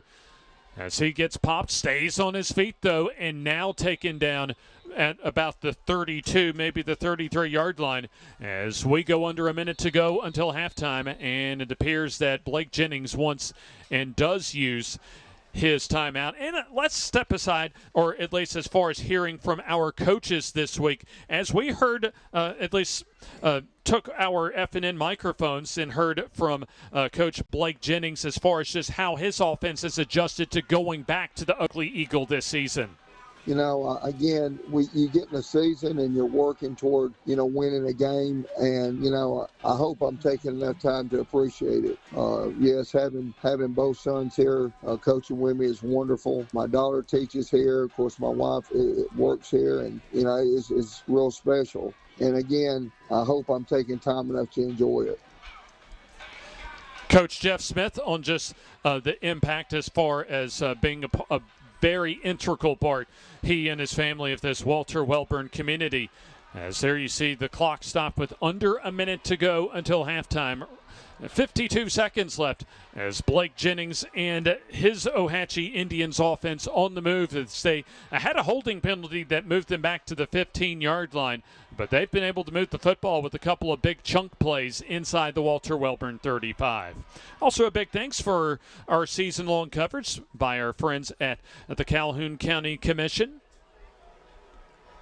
Of course, a longtime friends of ours, including Danny Shears, as well as the rest of the Calhoun County Commission. Back to action here at Jeff Smith Field, a second down and medium. Sanders pump fakes, plenty of time, and now steps up and goes down maybe for a yard gain, as that clock is going to continue to run. No timeouts for Ohatchee. So hurry up time for the Indians. Third down. Offense gets set. And the spike that by Carson Sanders, so that'll at least allow Ohatchee to be able to gather their breath. But that means fourth down's coming up, Eddie. Absolutely. I mean, if he don't get the first down, hey, it's halftime. That's absolutely right. So in this case, 4 yards to go to get that first down, or just, in fact, exactly the 30-yard line that Ohatchee needs to keep their offense on the field. Fourth down. Sanders fakes, loads up, throws down the field, and incomplete. The nearest player to that ball was Zane Hill, the safety.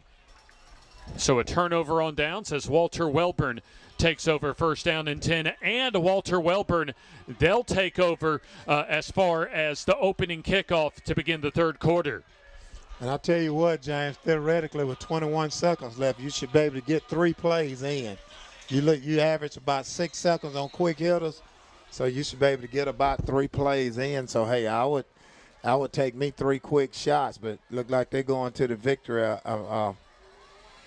Yeah, the kneel down for Amberson, as he'll just take the knee, and that should take them into halftime.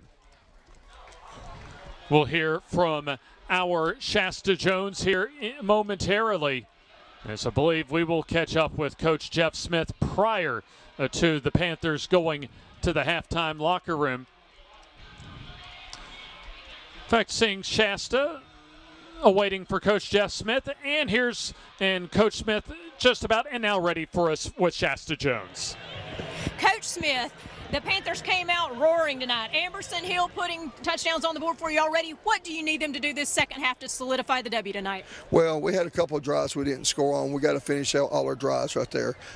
Again, keep on working and win first down on both sides of the ball. Well, good luck this second half. Thank you so much. We're going to send it back to you, James. Thank you, Shasta. Thank you, Coach Smith, as we'll take the timeout. It's halftime from Jeff Smith Field at the Hill as Walter Wellborn leads Ohatchee 16-7.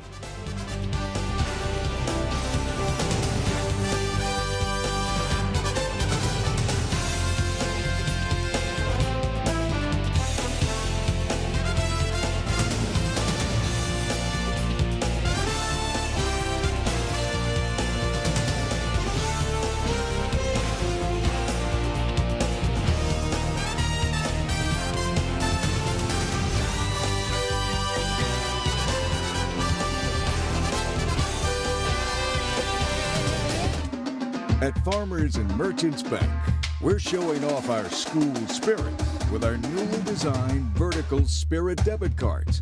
Now, these are customized with your favorite school's logo, and half of every Spirit card purchased goes toward your school. So, show off your colors and support your local school with the F&M Spirit debit card. You can learn more at fnm.bank. Member FDIC.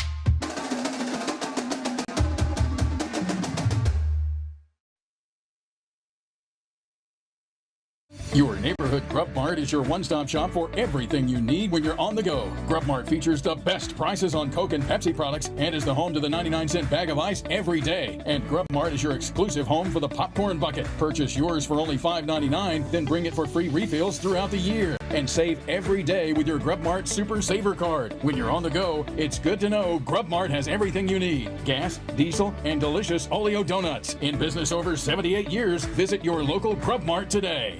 Looking to transform your outdoor space? Look no further than Bama Sheds. As a family-owned and operated business, we understand your needs. That's why we offer no credit check, rent-to-own options. Enjoy free delivery and setup within 35 miles of our 4 convenient locations.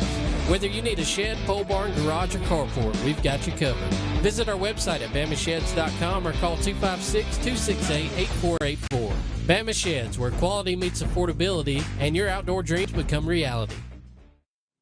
The Calhoun County Commission, made up of Fred Wilson, Danny Shears, Carolyn Henderson, Terry Howell, and Lee Patterson, ask you to take a look at what Calhoun County has to offer.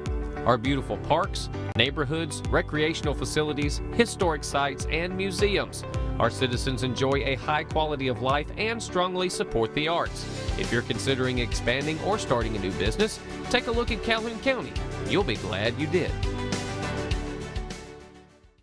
Your neighborhood Grub Mart is your one-stop shop for everything you need when you're on the go. Grub Mart features the best prices on Coke and Pepsi products and is the home to the 99-cent bag of ice every day. And Grub Mart is your exclusive home for the popcorn bucket. Purchase yours for only $5.99, then bring it for free refills throughout the year. And save every day with your Grub Mart Super Saver card. When you're on the go, it's good to know Grub Mart has everything you need. Gas, diesel, and delicious Oleo donuts. In business over 78 years, visit your local Grub Mart today.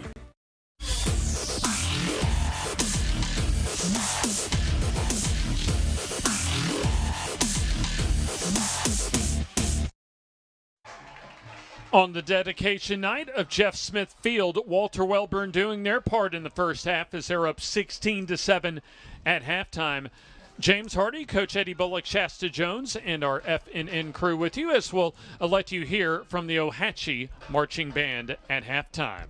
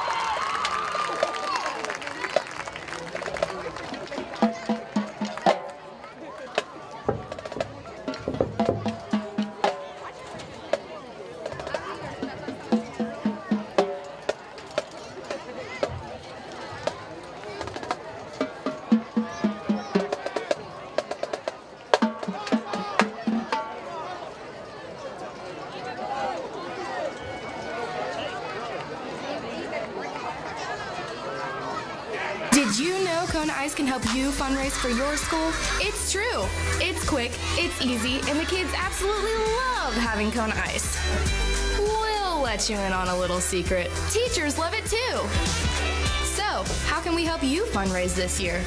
It's quick, it's easy, the kids love it, and teachers love it too.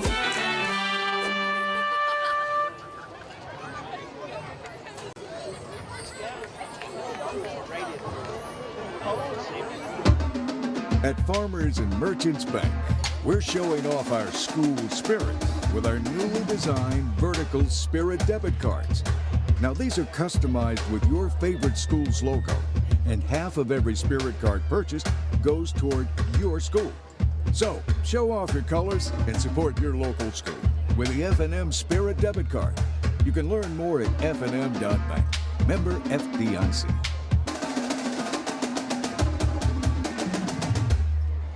Step into the offices of J. Britt Middlebrook CPA, where you'll find professional one-on-one service for business and individual clients. In this ever-changing tax and economic climate, you can count on receiving the expert advice you need. J. Britt Middlebrook works hard to provide every client what they need to meet all deadlines. Tax season will be here soon. For all your accounting service needs, call or stop by at 1913 Berry Street in Oxford. That's J. Britt Middlebrook, CPA.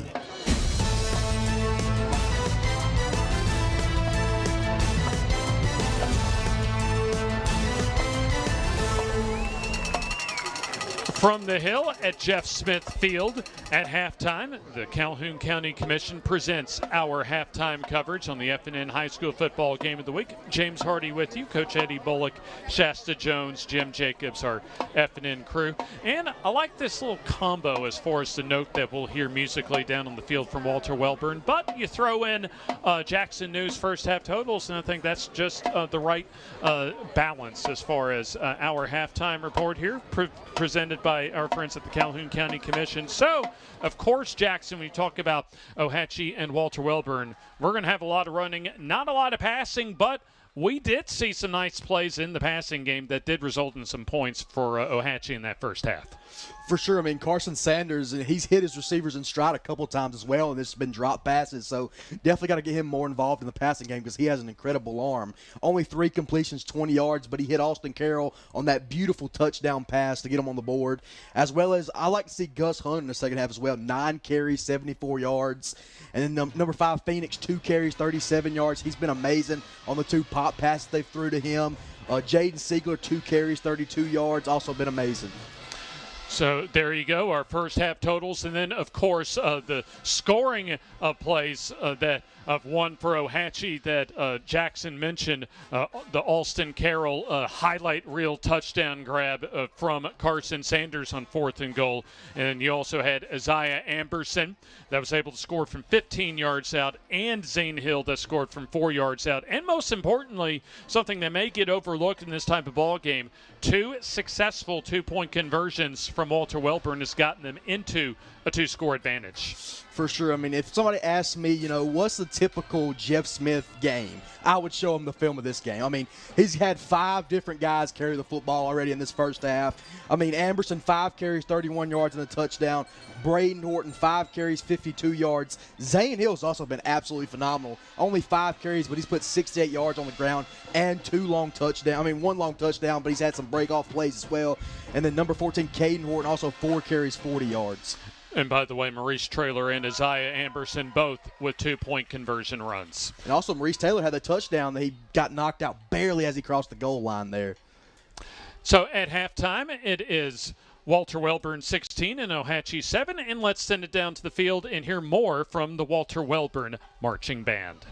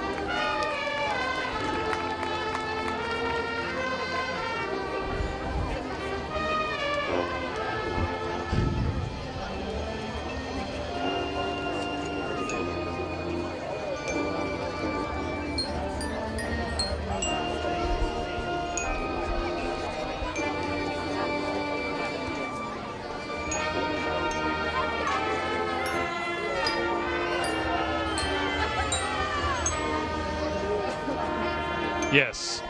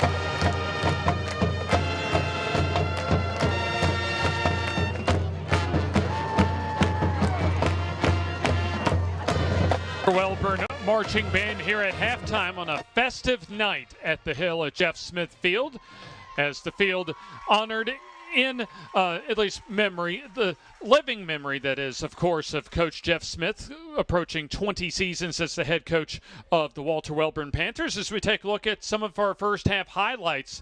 And it was exclusively on the ground, as Caden Horton got some big carries early in that first quarter to get the Walter Wellborn offense in rhythm.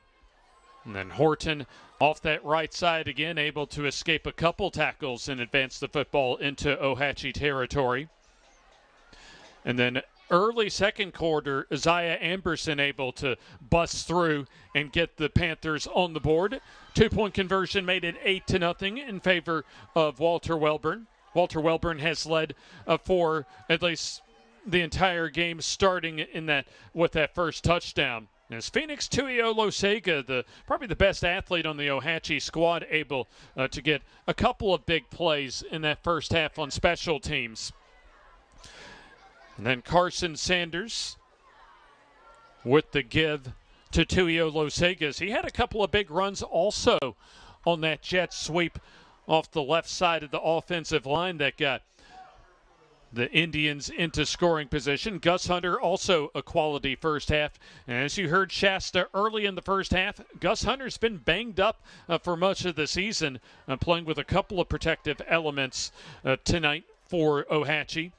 He was able to get the football into the red zone. And then I think this is the fourth down call, one of the favorite plays for Coach Blake Jennings on 3rd and 4th and long. And look at this catch by Carrolls. He goes full extension. We'd see that catch on Saturdays or Sundays, as that one got Ohatchee on the board. And this was an opportunity on 3rd down for Fowler, the tight end, to reel it in, but not able to do so, as Ohatchee had to punt. And then this is another solid drive as Zane Hill reverses field off of that jet sweep handoff, as he was able to get a big chunk play. And that got the football close to the Ohatchee 40. A few plays later, Zane Hill on 1st and goal, able to motor his way into the end zone. And then the 2-point conversion, able to get Walter Wellborn on top by their present margin, up by 9, 16-7. We are awaiting Coach Blake Jennings to join Shasta Jones along the sideline, as Ohatchee just getting out of the halftime locker room. In fact, I see Coach Jennings as we're awaiting to get Coach Jennings to our microphones. And now let's send it down to Shasta Jones with Ohatchee coach Blake Jennings. Coach Jennings, this first half, your offense, Gus Hunter and Carroll, I mean, they ran, they caught some passes, but what has your O-line got to do to open it up for them to catch more passes and for Hunter to be able to run through this next half? I think it's one of those things offensively. We just got to keep doing what we're doing because we've seen some good stuff on film and just making sure we hit the right holes as running backs and the offensive line, playing a little bit lower. And that's really what it boils down to for us. And what has your D-line got to do now to stop the Wellborn offense? It's more about us just tackling. We have not done a very good job tackling tonight. We've been right there on them, just like the quarterback sneak that turned into a touchdown. We've got 8 guys right there on him, it looks like, and then boom, he pops out there for a touchdown. So we got to do a better job of tackling. If we do that, we got a good chance to win this ball game. Well, good luck the second half. Yes, ma'am. Thank y'all. Thank you. We're going to send it back to you, James. Thank you, Shasta. Thank you, Coach Blake Jennings. And Eddie, just listening to Coach Blake Jennings, it sounds like he told his team in the locker room, hey, we're not that far out of this ball game, but we've got to stop beating ourselves along the line of scrimmage. Right, and that's where I told you I think the battle is right there on the line of scrimmage. Both teams got to do a better job at tackling, but it boils down to which offensive line weighing in the trenches. So far, Walter Wellborn has never trailed tonight. And Walter Wellborn gets the football.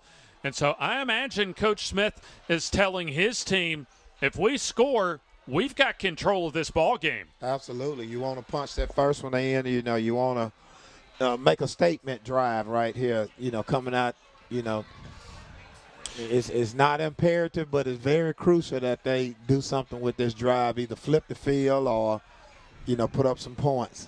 And you look at the region standings coming in, Glencoe and Walter Wellborn tied for third at 3-1, but Glencoe already has shut out Walter Wellborn about a month ago up at Glencoe.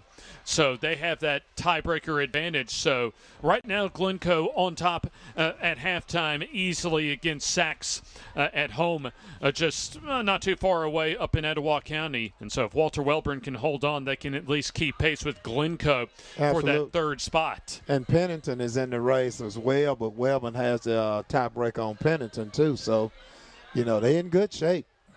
So when you look at the schedule down the stretch for Walter Wellborn in the regular season and region play, they still have games at Westbrook Christian at the end of the year, and the week before that right here at Jeff Smith Field against Piedmont, but they're at Locust Fork next week. So assuming that Walter Wellborn can hold on, if they beat Locust Fork next week, you can pretty much punch their ticket into the postseason. Absolutely, and that's what I was about to say earlier. With them having a tiebreak, only one loss and a tiebreak over Pennington, even if they were to do what you just mentioned, they pretty much in there. So it'd be a nice bounce-back season for Walter Wellborn after narrowly missing the playoffs last year. Remember, they started off the season 5-0, and then due to injuries and other factors, they lost their last 4. And due to that skid at the end of the season, they missed a rare miss for them when it comes to Walter Wellborn in the postseason. Well, I've been on both sides of that, James, and that's just a heartbreak. I've been started off 4-0. Finished 4-3 and missed the playoffs, and I started off with a losing record and ended up winning 4 games and actually getting in the playoffs. So I've been on both sides of that coin. And don't forget, folks, as far as our FNN schedule this week, of course, Tuesday night, as always, is our FNN Coaches Show from Top of the River on the north side of Anniston. Jim Jacobs, yours truly, and Joe Medley. As there you see, from 7 to 8:30, we'll talk the best of high school football, as well as talking with coaches, players, and, of course, awarding our player of the week, courtesy of our friends at the Talladega Short Track. Another Chef T's kickoff on the way, as we are about to begin the second half. Our third quarter brought to you by Wise Environmental. Roll-offs, liquid vacuuming, portable restrooms, VIP restrooms, showers, laundry trailers, festival support services, and more from Wise Environmental, as you can visit them at www.wiseenviro.com. Chef T's about to serve up an Ohatchee kickoff, and you got to figure they need to get this stop on defense. We talked about it with Jackson while you were away, Eddie. Sometimes it gets overlooked. Those two-point conversions that Walter Wellborn were able to successfully convert right now, that factor is large in this game. Huge. Short kick, that goes well out of bounds. Not sure what that was about. as that goes well into the stands at the far side. Well, I'm thinking onside kick, but, I mean, do you really want to put Wellborn at the 50-yard line? That's where the ball went out at. So, you know, I'm going to take that there, and, you know, you only got to go 50 yards to score. So you're already in great field position. So Anthony Garcia basically just punched that into the far sideline. They'll spot the football at the Ohatchee 48-yard line. So even an onside kick, that did not travel of the necessary distance. Well, it was a 5-yard kick. That's probably the shortest kick I've seen in my history of coaching. Here's Amberson on the give right up the gut to Braden Horton as he mows his way to about the 43. Short gain that time for the Walter Wellborn fullback. Coming back in is Justice Williams, the wide receiver. We have not seen a pass, of course, not unexpected from Walter Wellborn, especially when they're ahead. And now you'll have a shotgun look for Amberson as the fullback Braden Horton alongside him. Here's the keeper, Amberson. Reverses field, stays on his feet.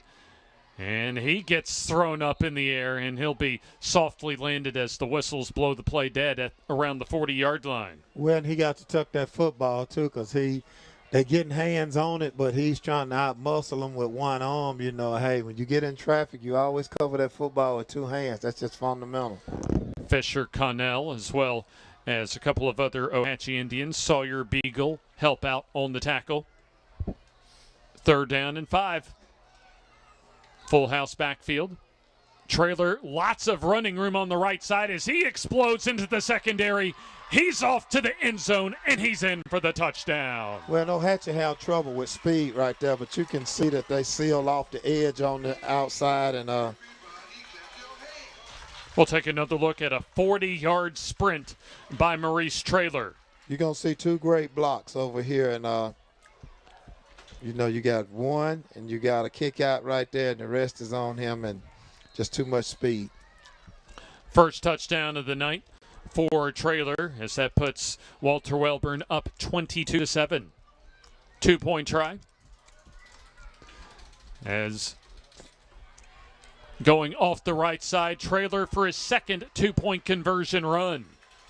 So that puts Walter Wellborn up now 24-7 as we'll take the timeout here on the F&N High School Football Game of the Week.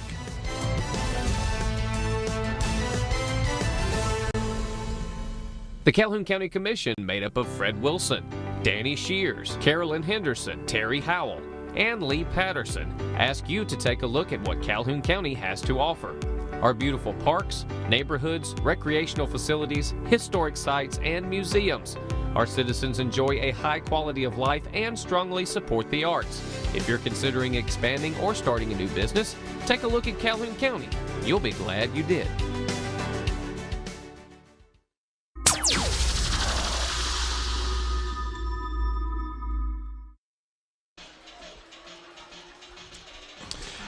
From the Hill on the campus of Walter Wellborn High School, Jeff Smith Field dedication night as well for the Walter Wellborn football program. As Walter Wellborn at 3-2 on the season, looking to get their 4th victory overall and in region play, as we'll have a Chef T's kickoff served up by Caden Horton for Walter Wellborn. So far, the Panthers have had the necessary ingredients to produce a winning recipe so far through 2+ quarters. Kickoff bounces to Tuio Losega. Has some running room off the right side. Still on his feet as he tumbles down across the 35 at about the 36-yard line. And now this becomes a drive for Ohatchee. They're pretty much in a must-score drive here, Eddie. Absolutely. You know, if you're Wellborn, you want to get a stop right here because you know the clock is going to run. You know, not going to throw that many passes right now. Yeah, not especially of 3 scores or the Panthers of Walter Wellborn. Now, if Glencoe, I mentioned, up big over Sachs at halftime. If they win, which they likely will at this point, and Ohatchee loses, Ohatchee will not be going into postseason play. Tuiolosega on the jet sweep give as he swarmed under at about the line of scrimmage as you had Jakeem Kirby recognize that play very well as far as the middle linebacker Brady Greenwood. They'll spot the football right about the line of scrimmage for no gain. Early third quarter. Traylor as well as Amberson and Zane Hill with touchdown runs for Walter Wellborn. And then Carson Sanders, a touchdown pass from 6 yards to Alston Carroll, the tight end. Second and long. See, they outflanked up top, and the cornerback down here is wasted. Here's Hurd as he stood up maybe a yard across the line of scrimmage. Good a job that time positioning by Braden Horton of getting himself in position to make that tackle. I believe that ball came out then, James. I think they might have blew it prematurely, but looked like you got a rip up there at the top on that football. Third down and long. The line to reach for the first down, their own 46 for Ohatchee.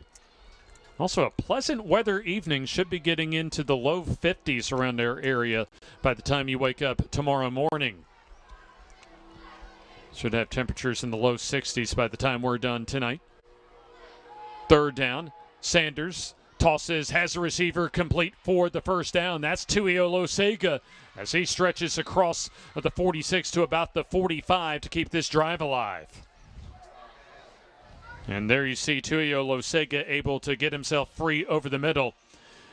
And the tackle made, you had Traylor, but also coming up from the secondary spot for Walter Wellborn was Demarion Tippins. Well, just nobody in the middle. That right there, it was a big hole in the middle. He just found the spot and. Gain of 17 on third down and 8. First down now at the Walter Wellborn 46. Give it to Hurd. Not much there. May get back to the line of scrimmage. Better pursuit along the line of scrimmage that time as Greenwood and company able to at least stuff the running play for no gain. So second down, looking ahead for both of these teams after tonight. Next week at Locust Fork for Walter Wellborn. And then for Ohatchee, they will close out their home schedule next week against Glencoe. Here's Sanders on the roll.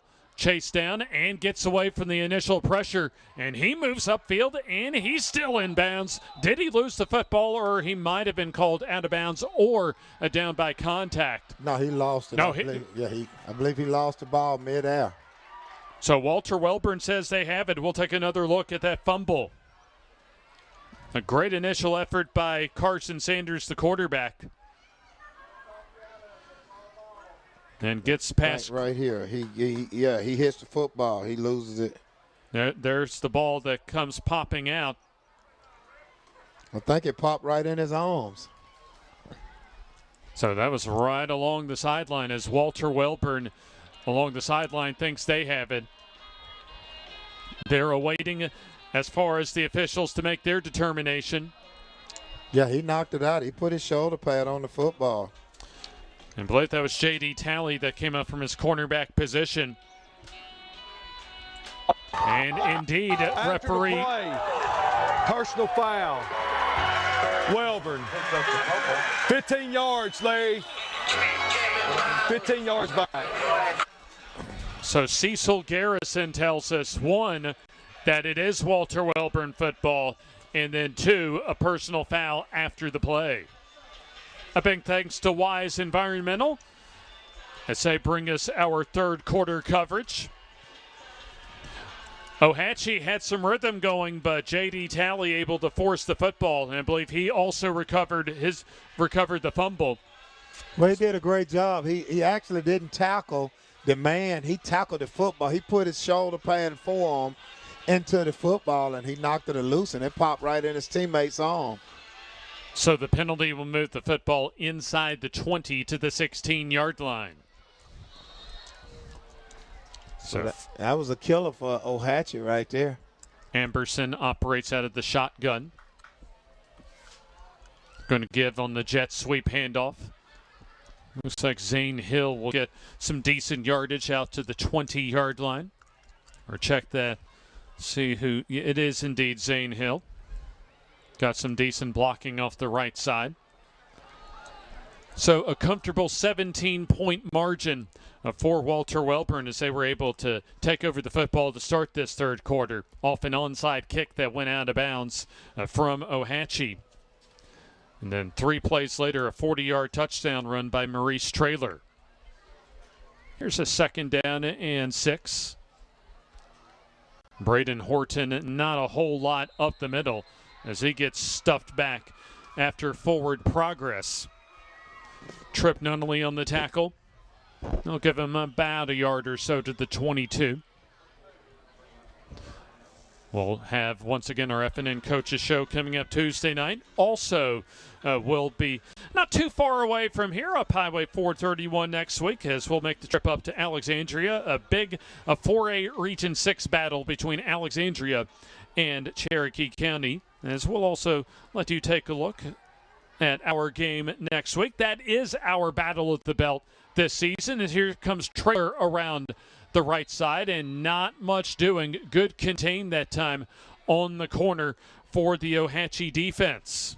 Well, he didn't have enough room. He was running into the boundary right here, and they just didn't have enough space. If he'd have probably had that to the wide side of the field, that would have been a big gainer right there. Fisher Connell, good pursuit and good contain to stop that 3rd down play. Now, Wellborn didn't get good protection on that first punt, so, don't be surprised if Ohatchee sneaks in and get a block because the blocking was terrible on that first punt that they had. Well, we haven't seen, I don't think we've seen any punting so far, actually, for Walter Wellborn, as it is indeed their first punt of the night. Braden Horton back to punt.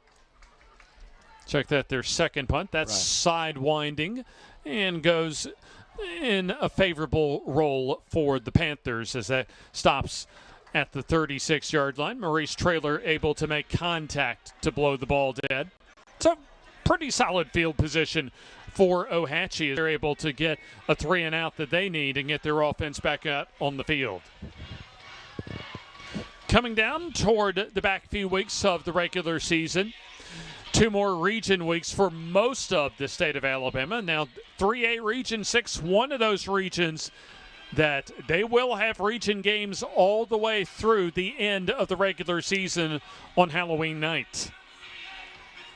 For Walter Wellborn, they'll have a Halloween night trip up to Rainbow City to take on Westbrook Christian to close out the regular season.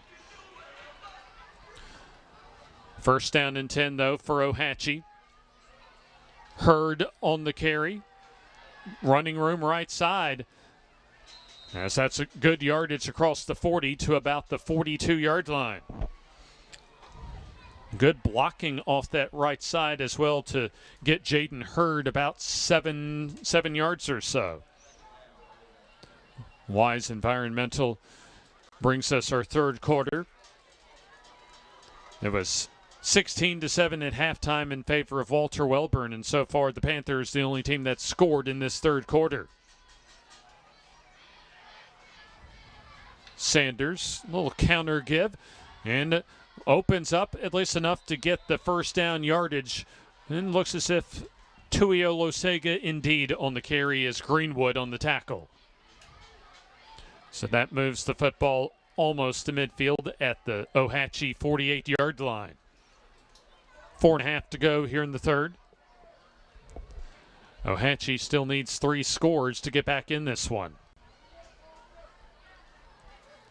Walter Wellborn scored 3 times and converted 2-point conversions after all of those 3 touchdowns.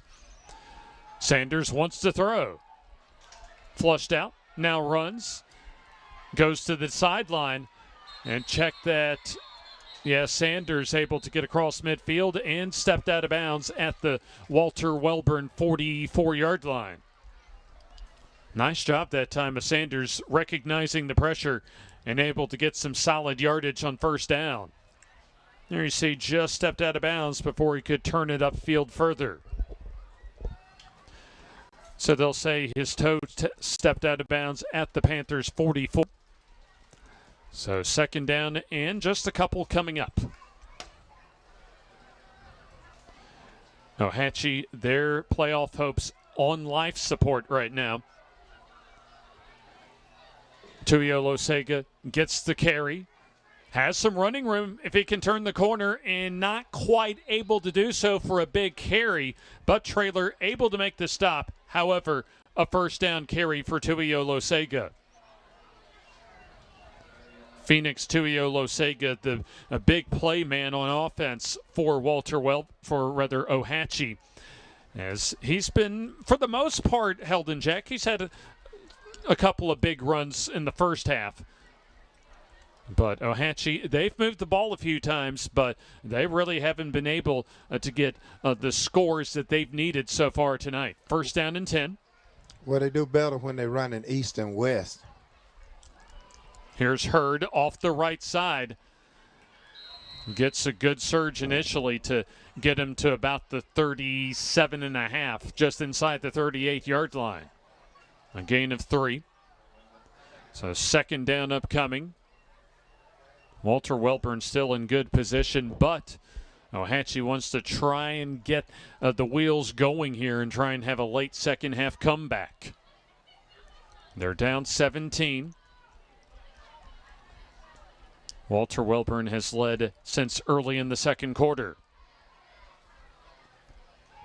Sanders sets up the throwback screen, has his man complete. Hurd, as he is able to get his way around the first defender and move the sticks on the first down reception. Well executed screen that time, as Hurd able to reel in the catch and get stopped about the 27-yard line. Or check that, I beg your pardon, Jaden Sickler that time on the catch. Good catch by Jackson up here in the booth.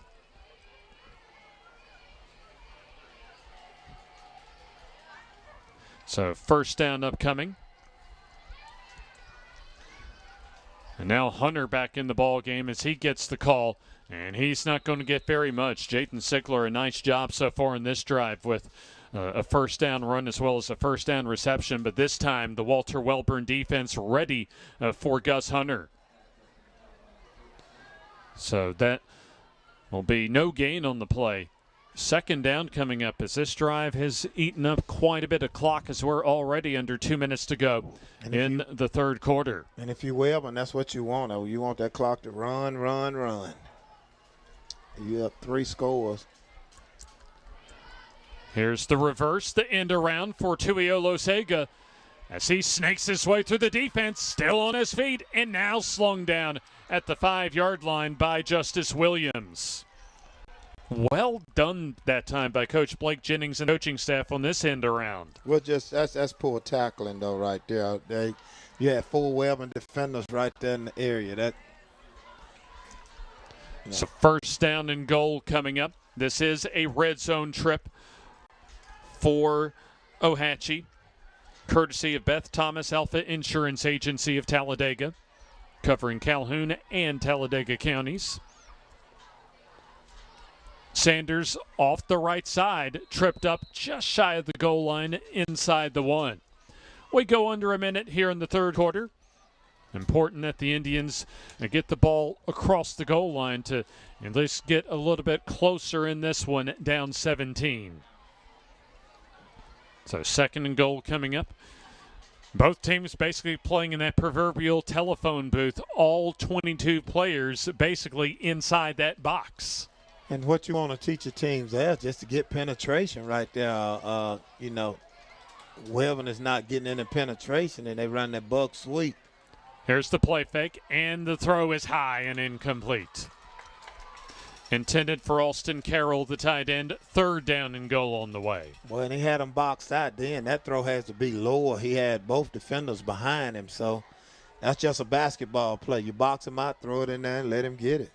Under 30 seconds to go in the third quarter. So you have Hunter still out there, the primary running back. Basically your big back in this ugly Eagle offense. It looked like it's going right. Here's Hunter As good penetration by Walter Wellborn as they stack him up and deny him the goal line. That's how you stop it, James. You got to get penetration. Braden Horton basically finishes the play on the tackle, but that whole front seven did their job. Final seconds tick off here in the third quarter. An important 4th and goal for the Ohatchee offense as they try and stay alive tonight. Fourth quarter coming up. Walter Wellborn 24, Ohatchee 7.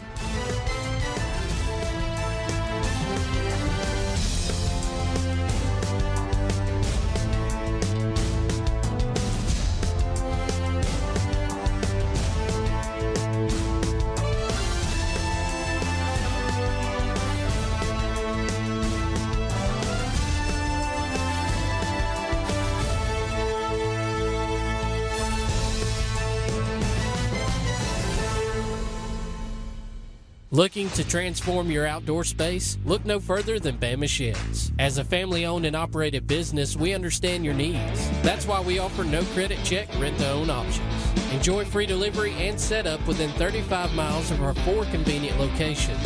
Whether you need a shed, pole barn, garage, or carport, we've got you covered. Visit our website at bamasheds.com or call 256-268-8484. Bama Sheds, where quality meets affordability and your outdoor dreams become reality.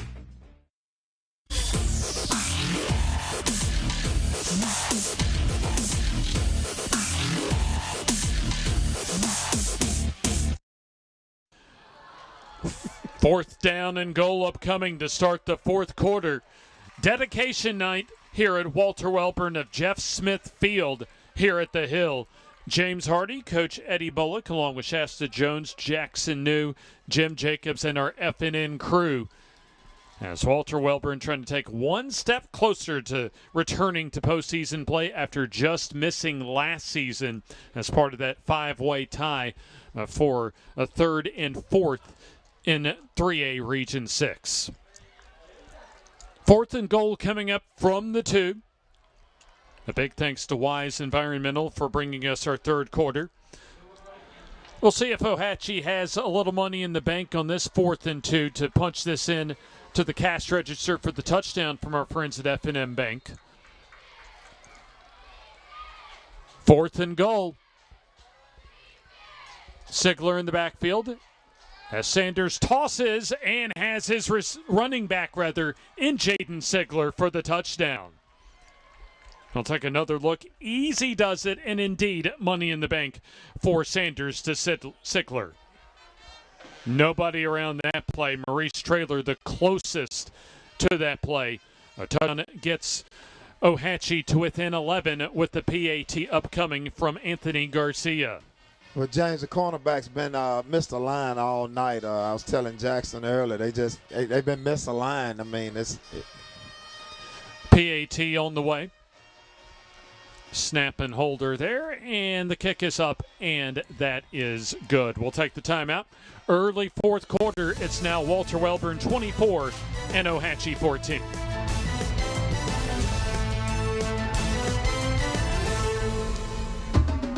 At Farmers and Merchants Bank, we're showing off our school spirit with a newly designed vertical Spirit debit cards. Now these are customized with your favorite school's logo, and half of every Spirit card purchased goes toward your school. So, show off your colors and support your local school with the F&M Spirit debit card. You can learn more at fnm.bank. Member FDIC.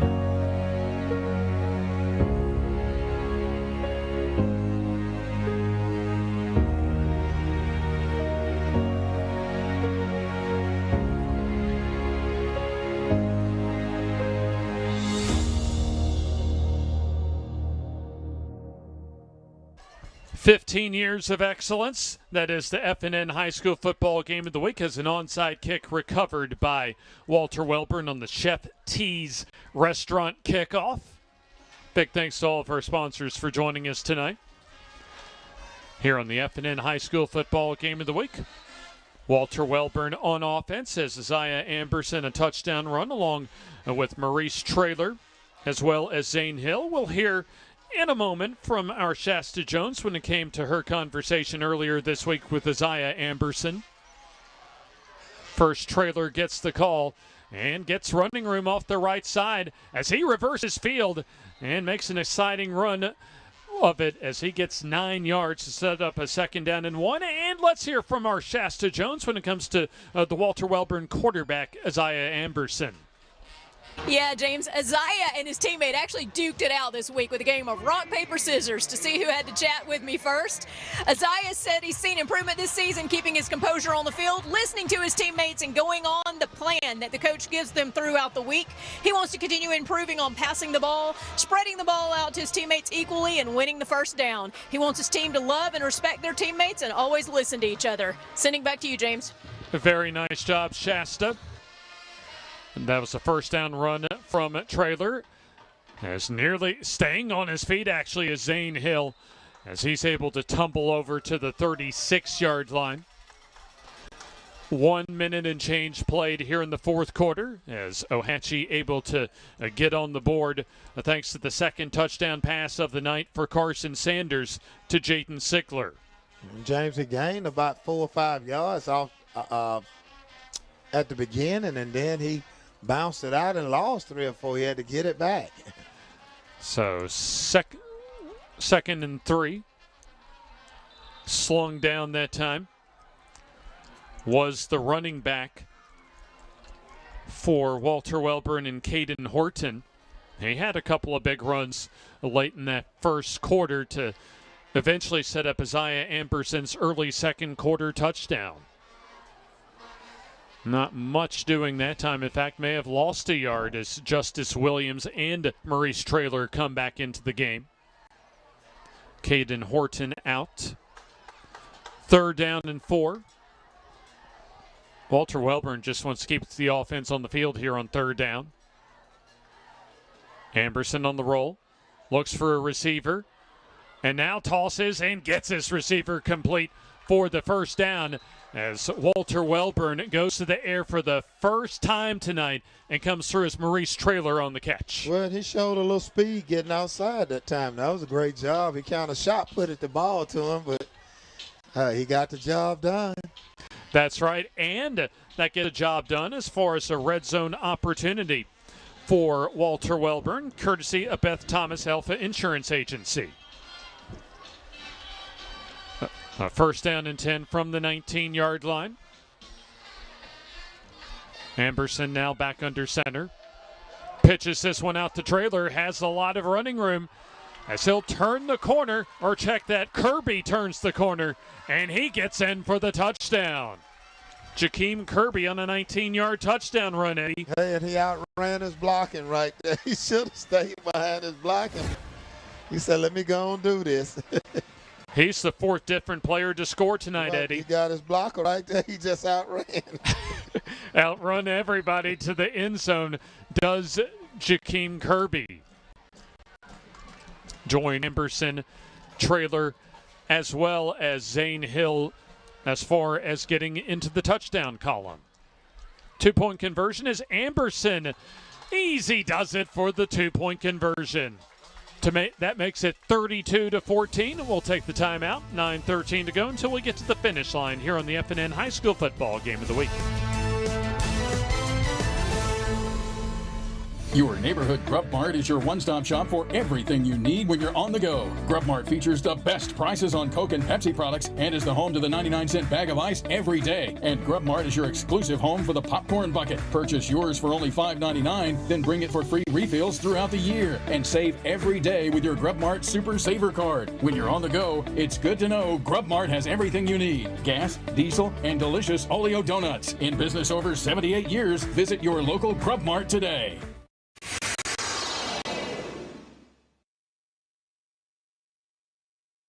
Get that touchdown run of 19 yards from Jakeem Kirby.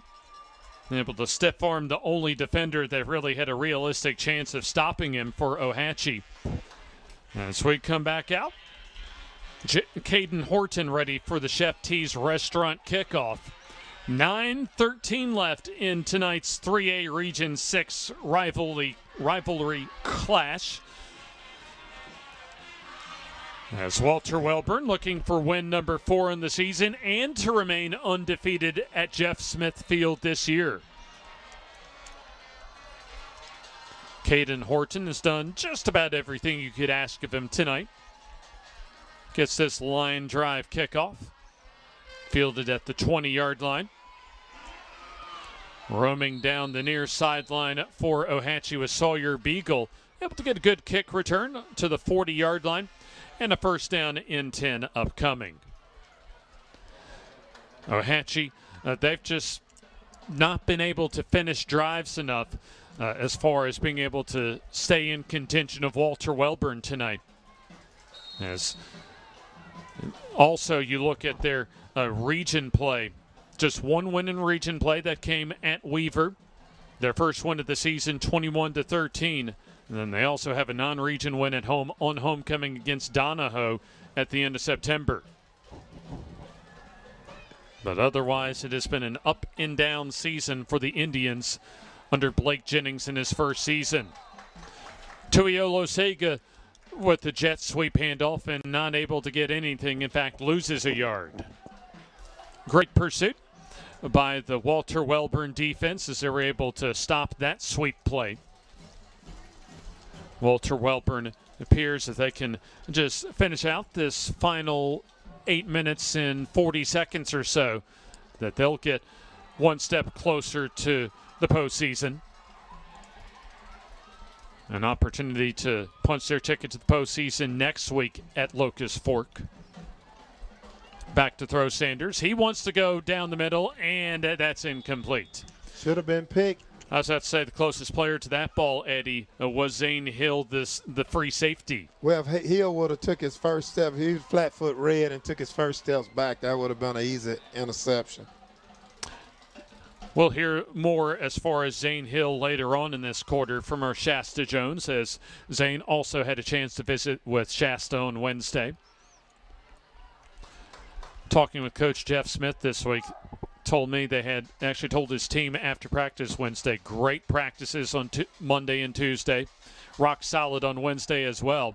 As on third down here, Sanders under pressure, and he'll go down. Caden Horton on the sack as he takes Sanders down back around the 30-yard line. Now, that was great coverage. That was a coverage sack right there. He couldn't get outside. His initial read, everybody was covered. Fourth down coming up. A big thanks to the Grub Mart for helping us for another season when it comes to sponsoring the FNN High School Football Game of the Week.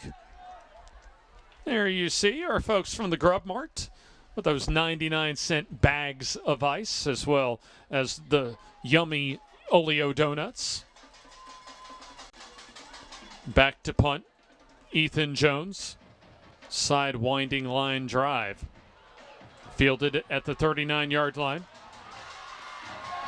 Snaking his way to the near side, Justice Williams as he's thrown down at the Ohatchee 45. Let's see where they mark his progress. As Walter Wellborn, they'll start in Ohatchee territory at the 47-yard line. And in fact, let's hear from Shasta Jones when it comes to one of those players that's also scored tonight for Walter Wellborn and junior Zane Hill. Zane told me he's seen improvement in his catching abilities as well as getting stronger. His goal is to have 1,000 yards rushing this season. He wants his team to learn to stay together and be one, not worrying about themselves, but focus on winning the game. Sending it back to you. And it looks as if Walter Wellborn is 7:22 away from picking up win number 4 on the season. Trailer cuts it up off of right tackle across the 45 to the 44-yard line. So far, Eddie, a good, solid performance for Walter Wellborn. They've been able to at least handle the big night that it was pregame as far as honoring the field for Coach Jeff Smith, and they've so far been able to basically take care of business in the game they need to take care of business. Well, they had to. I mean, like I said, you got all that pressure on you, field dedication, and you do not want to go down in the team's history as the team that lost the game on the coach's field dedication. Isaiah Amberson bullies his way across the 35 to about the 32-yard line as he basically threw away on the stiff arm Fisher Connell, the sophomore. So first down at the 32-yard line. And, I mean, when talking with Coach Smith after practice on Wednesday, Eddie, you could just look in his eyes, look in his face when you asked him about just the meaning of having this field dedicated, a field he played on and has coached on for 17 seasons. You could just tell how much this night was going to, and I imagine when we talked to him after the game, this night is meant to him. Man, you talking history, man, and then, you know, one thing that hasn't been mentioned is that, you know, he got both his sons on the sideline coaching with him, man, and, you know, what else can you ask for? I mean, you coaching at the school you played for, you getting the field that you played on named after you, and then you got both of your sons who played for you coaching with you.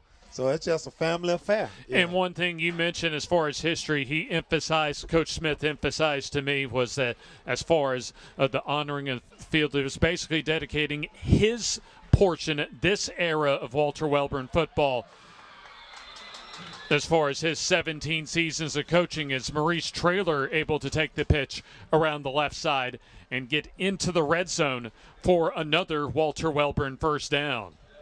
But you still can't knock, you know, because it speaks on behalf of the entire Wellborn tradition, because this place has always been known as the Hill. So now it's Jeff Smith Field at the Hill. And that's something he mentioned Right. as far as some of the other names in Walter Wellborn past that are named, as far as like the gym as well as the field house off to our right. And as we mentioned at the very top, Coach Jeff Smith, really one of Walter Wellborn's very own. 6 minutes to go. Trailer off the right side, able to get out of a couple of tacklers. Yeah, however, can't get a whole lot as he gets close to the 10, about the 12-yard line. Under 6 minutes to go in tonight's ball game. Also, we'd like to thank all of our sponsors, including the Calhoun County Commission, longtime partners of ours when it comes to the F&N High School Football Game of the Week. Second down upcoming. It'll be a Walter Wellborn victory as there was a flag on the play. And a holding call goes on the Panthers.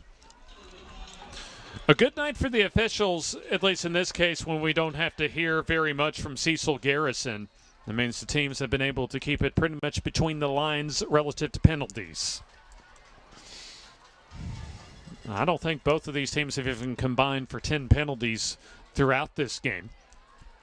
1st and 15 as Braden Horton barrels his way into the Ohatchee defense across the 15 to about the 12-yard line. You probably see that quick pitch, which is like it's not a speed option. It's a speed toss, you know, that they ran so successfully, you know. Don't forget the Bucks Island Scoreboard Show follows us this evening with a look at scores from across our area and the state, as well as visits with coaches and players. That's following tonight's ball game. Less than 5 minutes to go until we reach triple zeros. We're in the power eye. Give to Horton, kind of that counter give up the middle as he bulls his way to the first down marker. First down and goal coming up. And Walter Wellborn just powering their way to the finish line here in the fourth quarter. A strong second half and really a workmanlike type of victory. Well, you know, that's what he's known for. I mean, he's thrown, 2 passes? I mean, that's what he's known for. I mean, let's Let's line up man on man, and let's see who give out first. 4:15 to go in the ball game. First and goal. And before the snap, looks as if we have a flag on the play. Maybe some movement along the offensive line. Before the snap, encroachment, defense, half the distance, still first down. So an offside on Ohatchee as they'll move the ball a bit closer to the goal line. Justice Williams gets the play into his offense. I'm going to line him up, James, and I'm going to give him the speed toss right here. One play to score. Basically, just power it on in and put some icing on the cake on a festive night here at Walter Wellborn. There's Braden Horton into the end zone as he gets into the scoring column. Touchdown for Walter Wellborn. We'll take another look as Braden Horton from a couple of yards out. We'll see a second look. Some good blocking right in the interior line of the Panthers. Right, just offset eye and just give it to the fullback and let him take it up in there. 2-point try coming up. Amberson goes under center as Caden Horton roams in for the 2-point conversion and will take the timeout. Less than 4 to go as Walter Wellborn on top 40-14.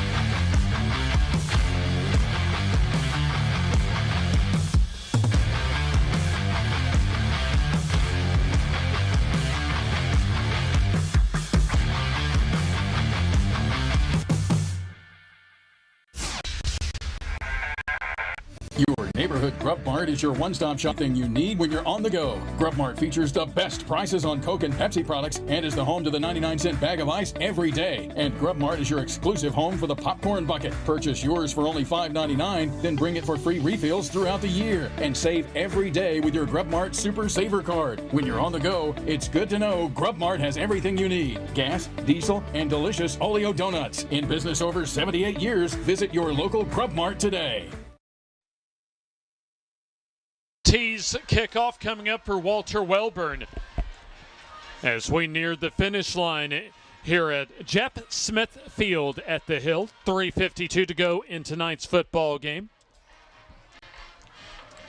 Caden Horton end over end kick lands at the 20-yard line. Advance down the near sideline across the 40, and Beagle driven out of bounds across the 45 of Walter Wellborn to the 40-yard line. And so far a good night for Walter Wellborn, but a highlight here for Beagle as he's able to take the kickoff from the 25 all the way to the Walter Wellborn 40-yard line. That's a kickoff return of 35 yards. So Ohatchee trying to get another score on the board before they return the short trip over to Ohatchee. They'll close out their home schedule next week against Glencoe. Give goes to Sigler.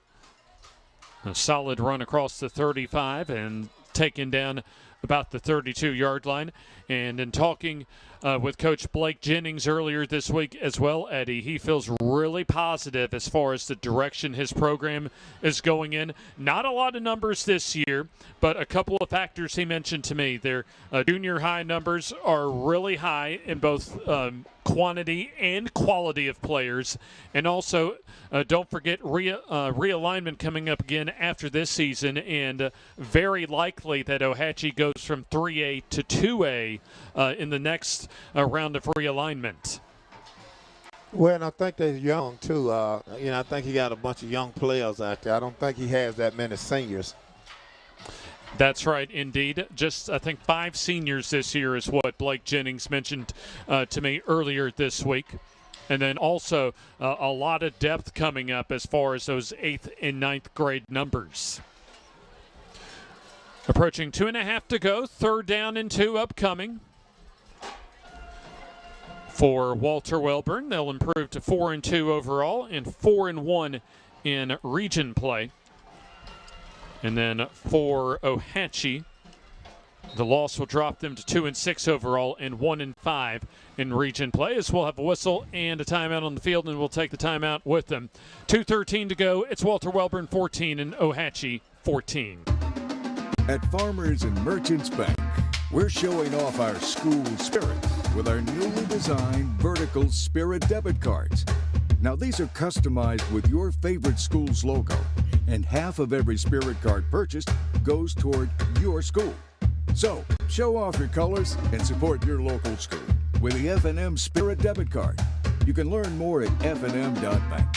Member FDIC.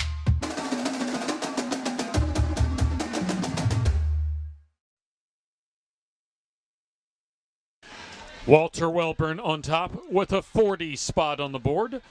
40-14 in favor of the Panthers.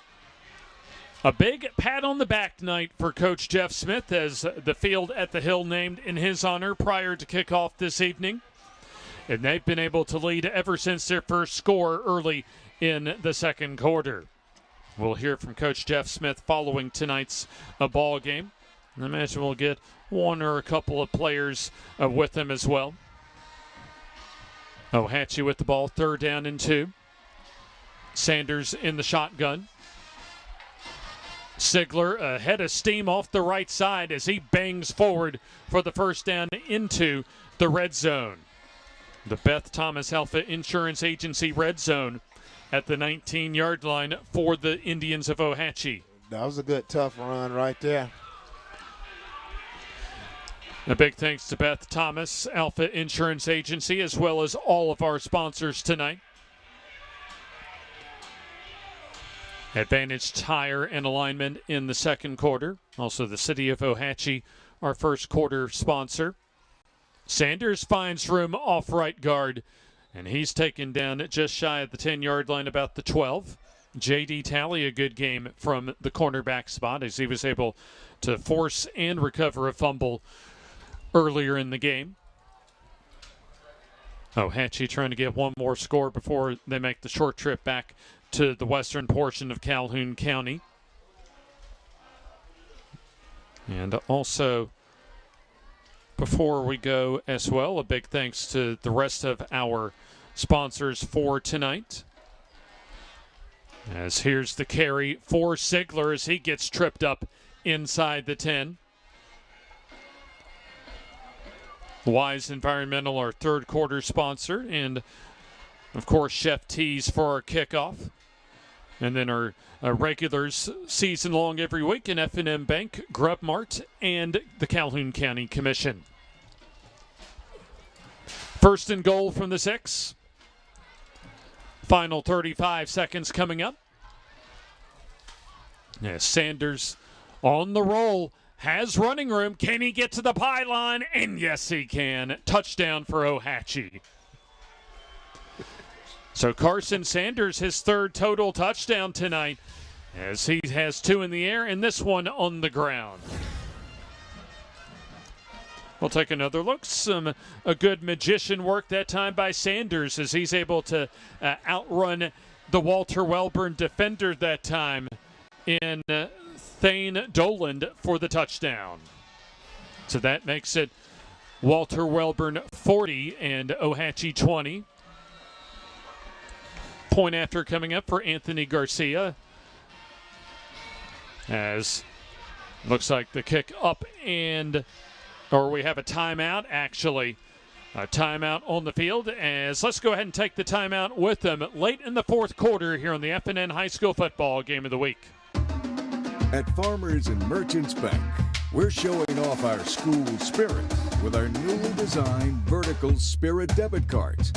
Now, these are customized with your favorite school's logo, and half of every Spirit card purchased goes toward your school. So, show off your colors and support your local school with the F&M Spirit debit card. You can learn more at fnm.bank. Member FDIC.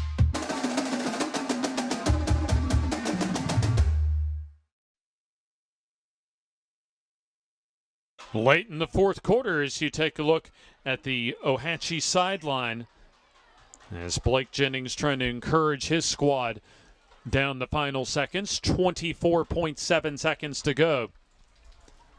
As it looks as if Ohatchee, they want to go for two. Make this an 18-point lead for Walter Wellborn.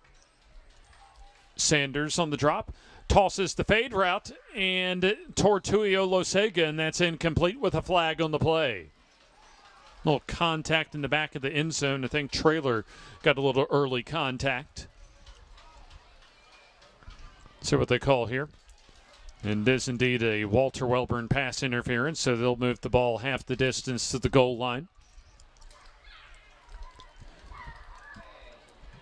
So for Ohatchee, likely their playoff hopes come to an end tonight as Glencoe a big lead against Sachs at home at halftime. I imagine that's gotten to the finish line or close to it for Glencoe and Sachs. Second try at the two-point conversion. And here's Sigler into the end zone for the two-point conversion. So that makes it 40-22 in favor of Walter Wellborn. But I got to imagine, Eddie, it's still going to be a very fun night for Walter Wellborn once we get the final few seconds away. And I imagine it'll be a very, very happy Coach Smith when we hear from him with Shasta Jones following this ball game. Yeah, absolutely. I think he'll be, he don't like giving up 22 points, but, still he's going to be happy just to get a win and know where he's sitting as far as, playoff contention.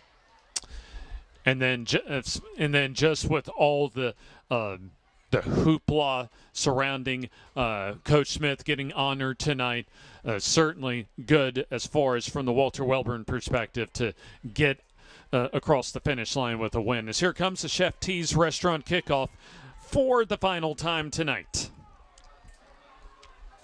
Looks as if an onside kick being set up for Anthony Garcia. And this time able to get a better onside kick as that'll be fallen upon by Walter Wellborn. And it looked as if that time Eli Wickland, the tight end and defensive end, able to make the recovery.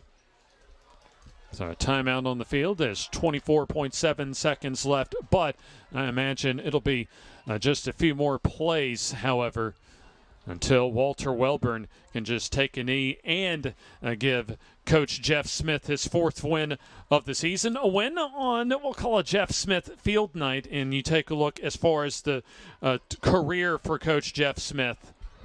110 wins after tonight, and then 186 for his career. 110 at Walter Wellborn alone. And then after tonight, he'll be just 14 away from getting to 200 career wins.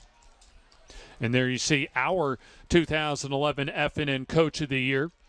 Also the former head coach at Ohatchee and Hueytown, as far as a long, distinguished, nearly 3-decade coaching career. And also played here at Walter Wellborn, as well as a former JSU Gamecock.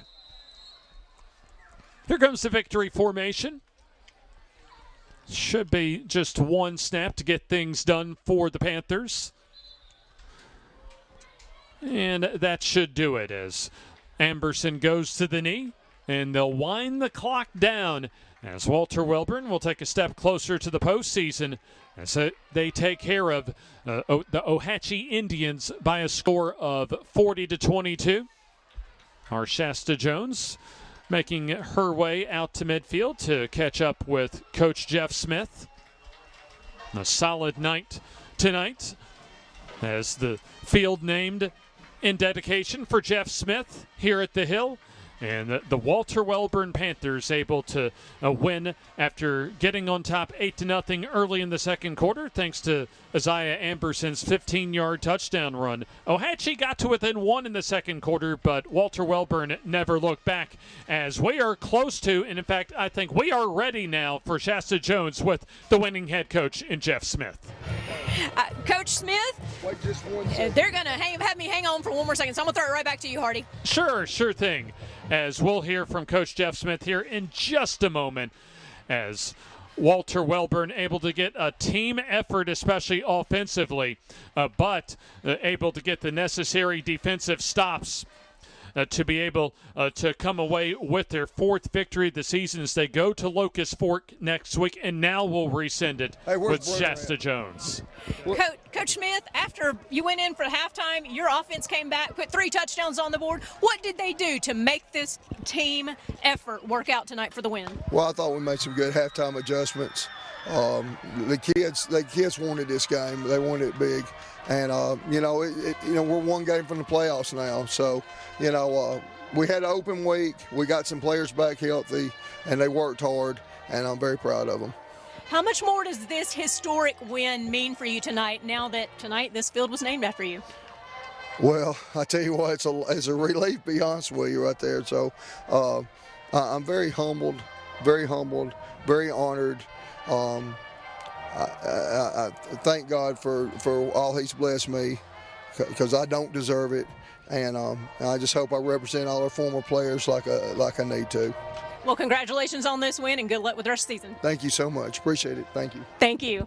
We're going to send it back up to you, Hardy. Thank you, Shasta, and thank you, Coach Smith. And you could hear the emotion just as far as the night tonight for Coach Jeff Smith, as Walter Wellborn able to get out with a 40-22 win. We'll take the timeout, and we'll wrap things up after this timeout as you're watching the F&N High School Football Game of the Week.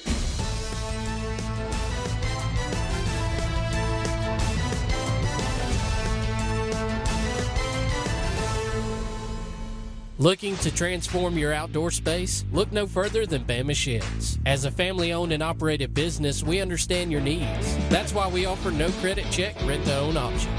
Enjoy free delivery and setup within 35 miles of our 4 convenient locations. Whether you need a shed, pole barn, garage, or carport, we've got you covered. Visit our website at bamasheds.com or call 256-268-8484. Bama Sheds, where quality meets affordability and your outdoor dreams become reality. At Farmers and Merchants Bank, we're showing off our school spirit with our newly designed vertical Spirit debit cards. Now, these are customized with your favorite school's logo, and half of every Spirit card purchased goes toward your school. So, show off your colors and support your local school with the F&M Spirit debit card. You can learn more at fnm.bank. Member FDIC.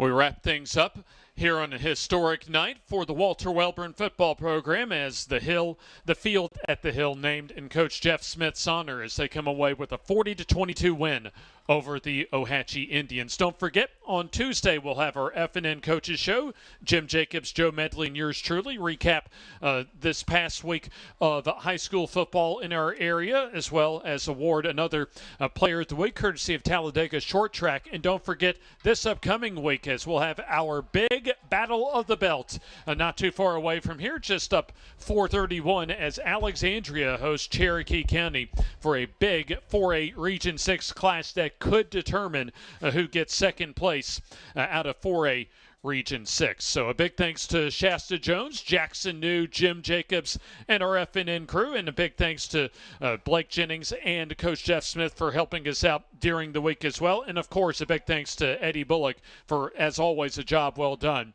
As we wish you a happy Friday evening and a great weekend coming up, as once again your final score, Walter Wellborn 40 and Ohatchee 22. This has been a presentation of the F&N High School Football Game of the Week.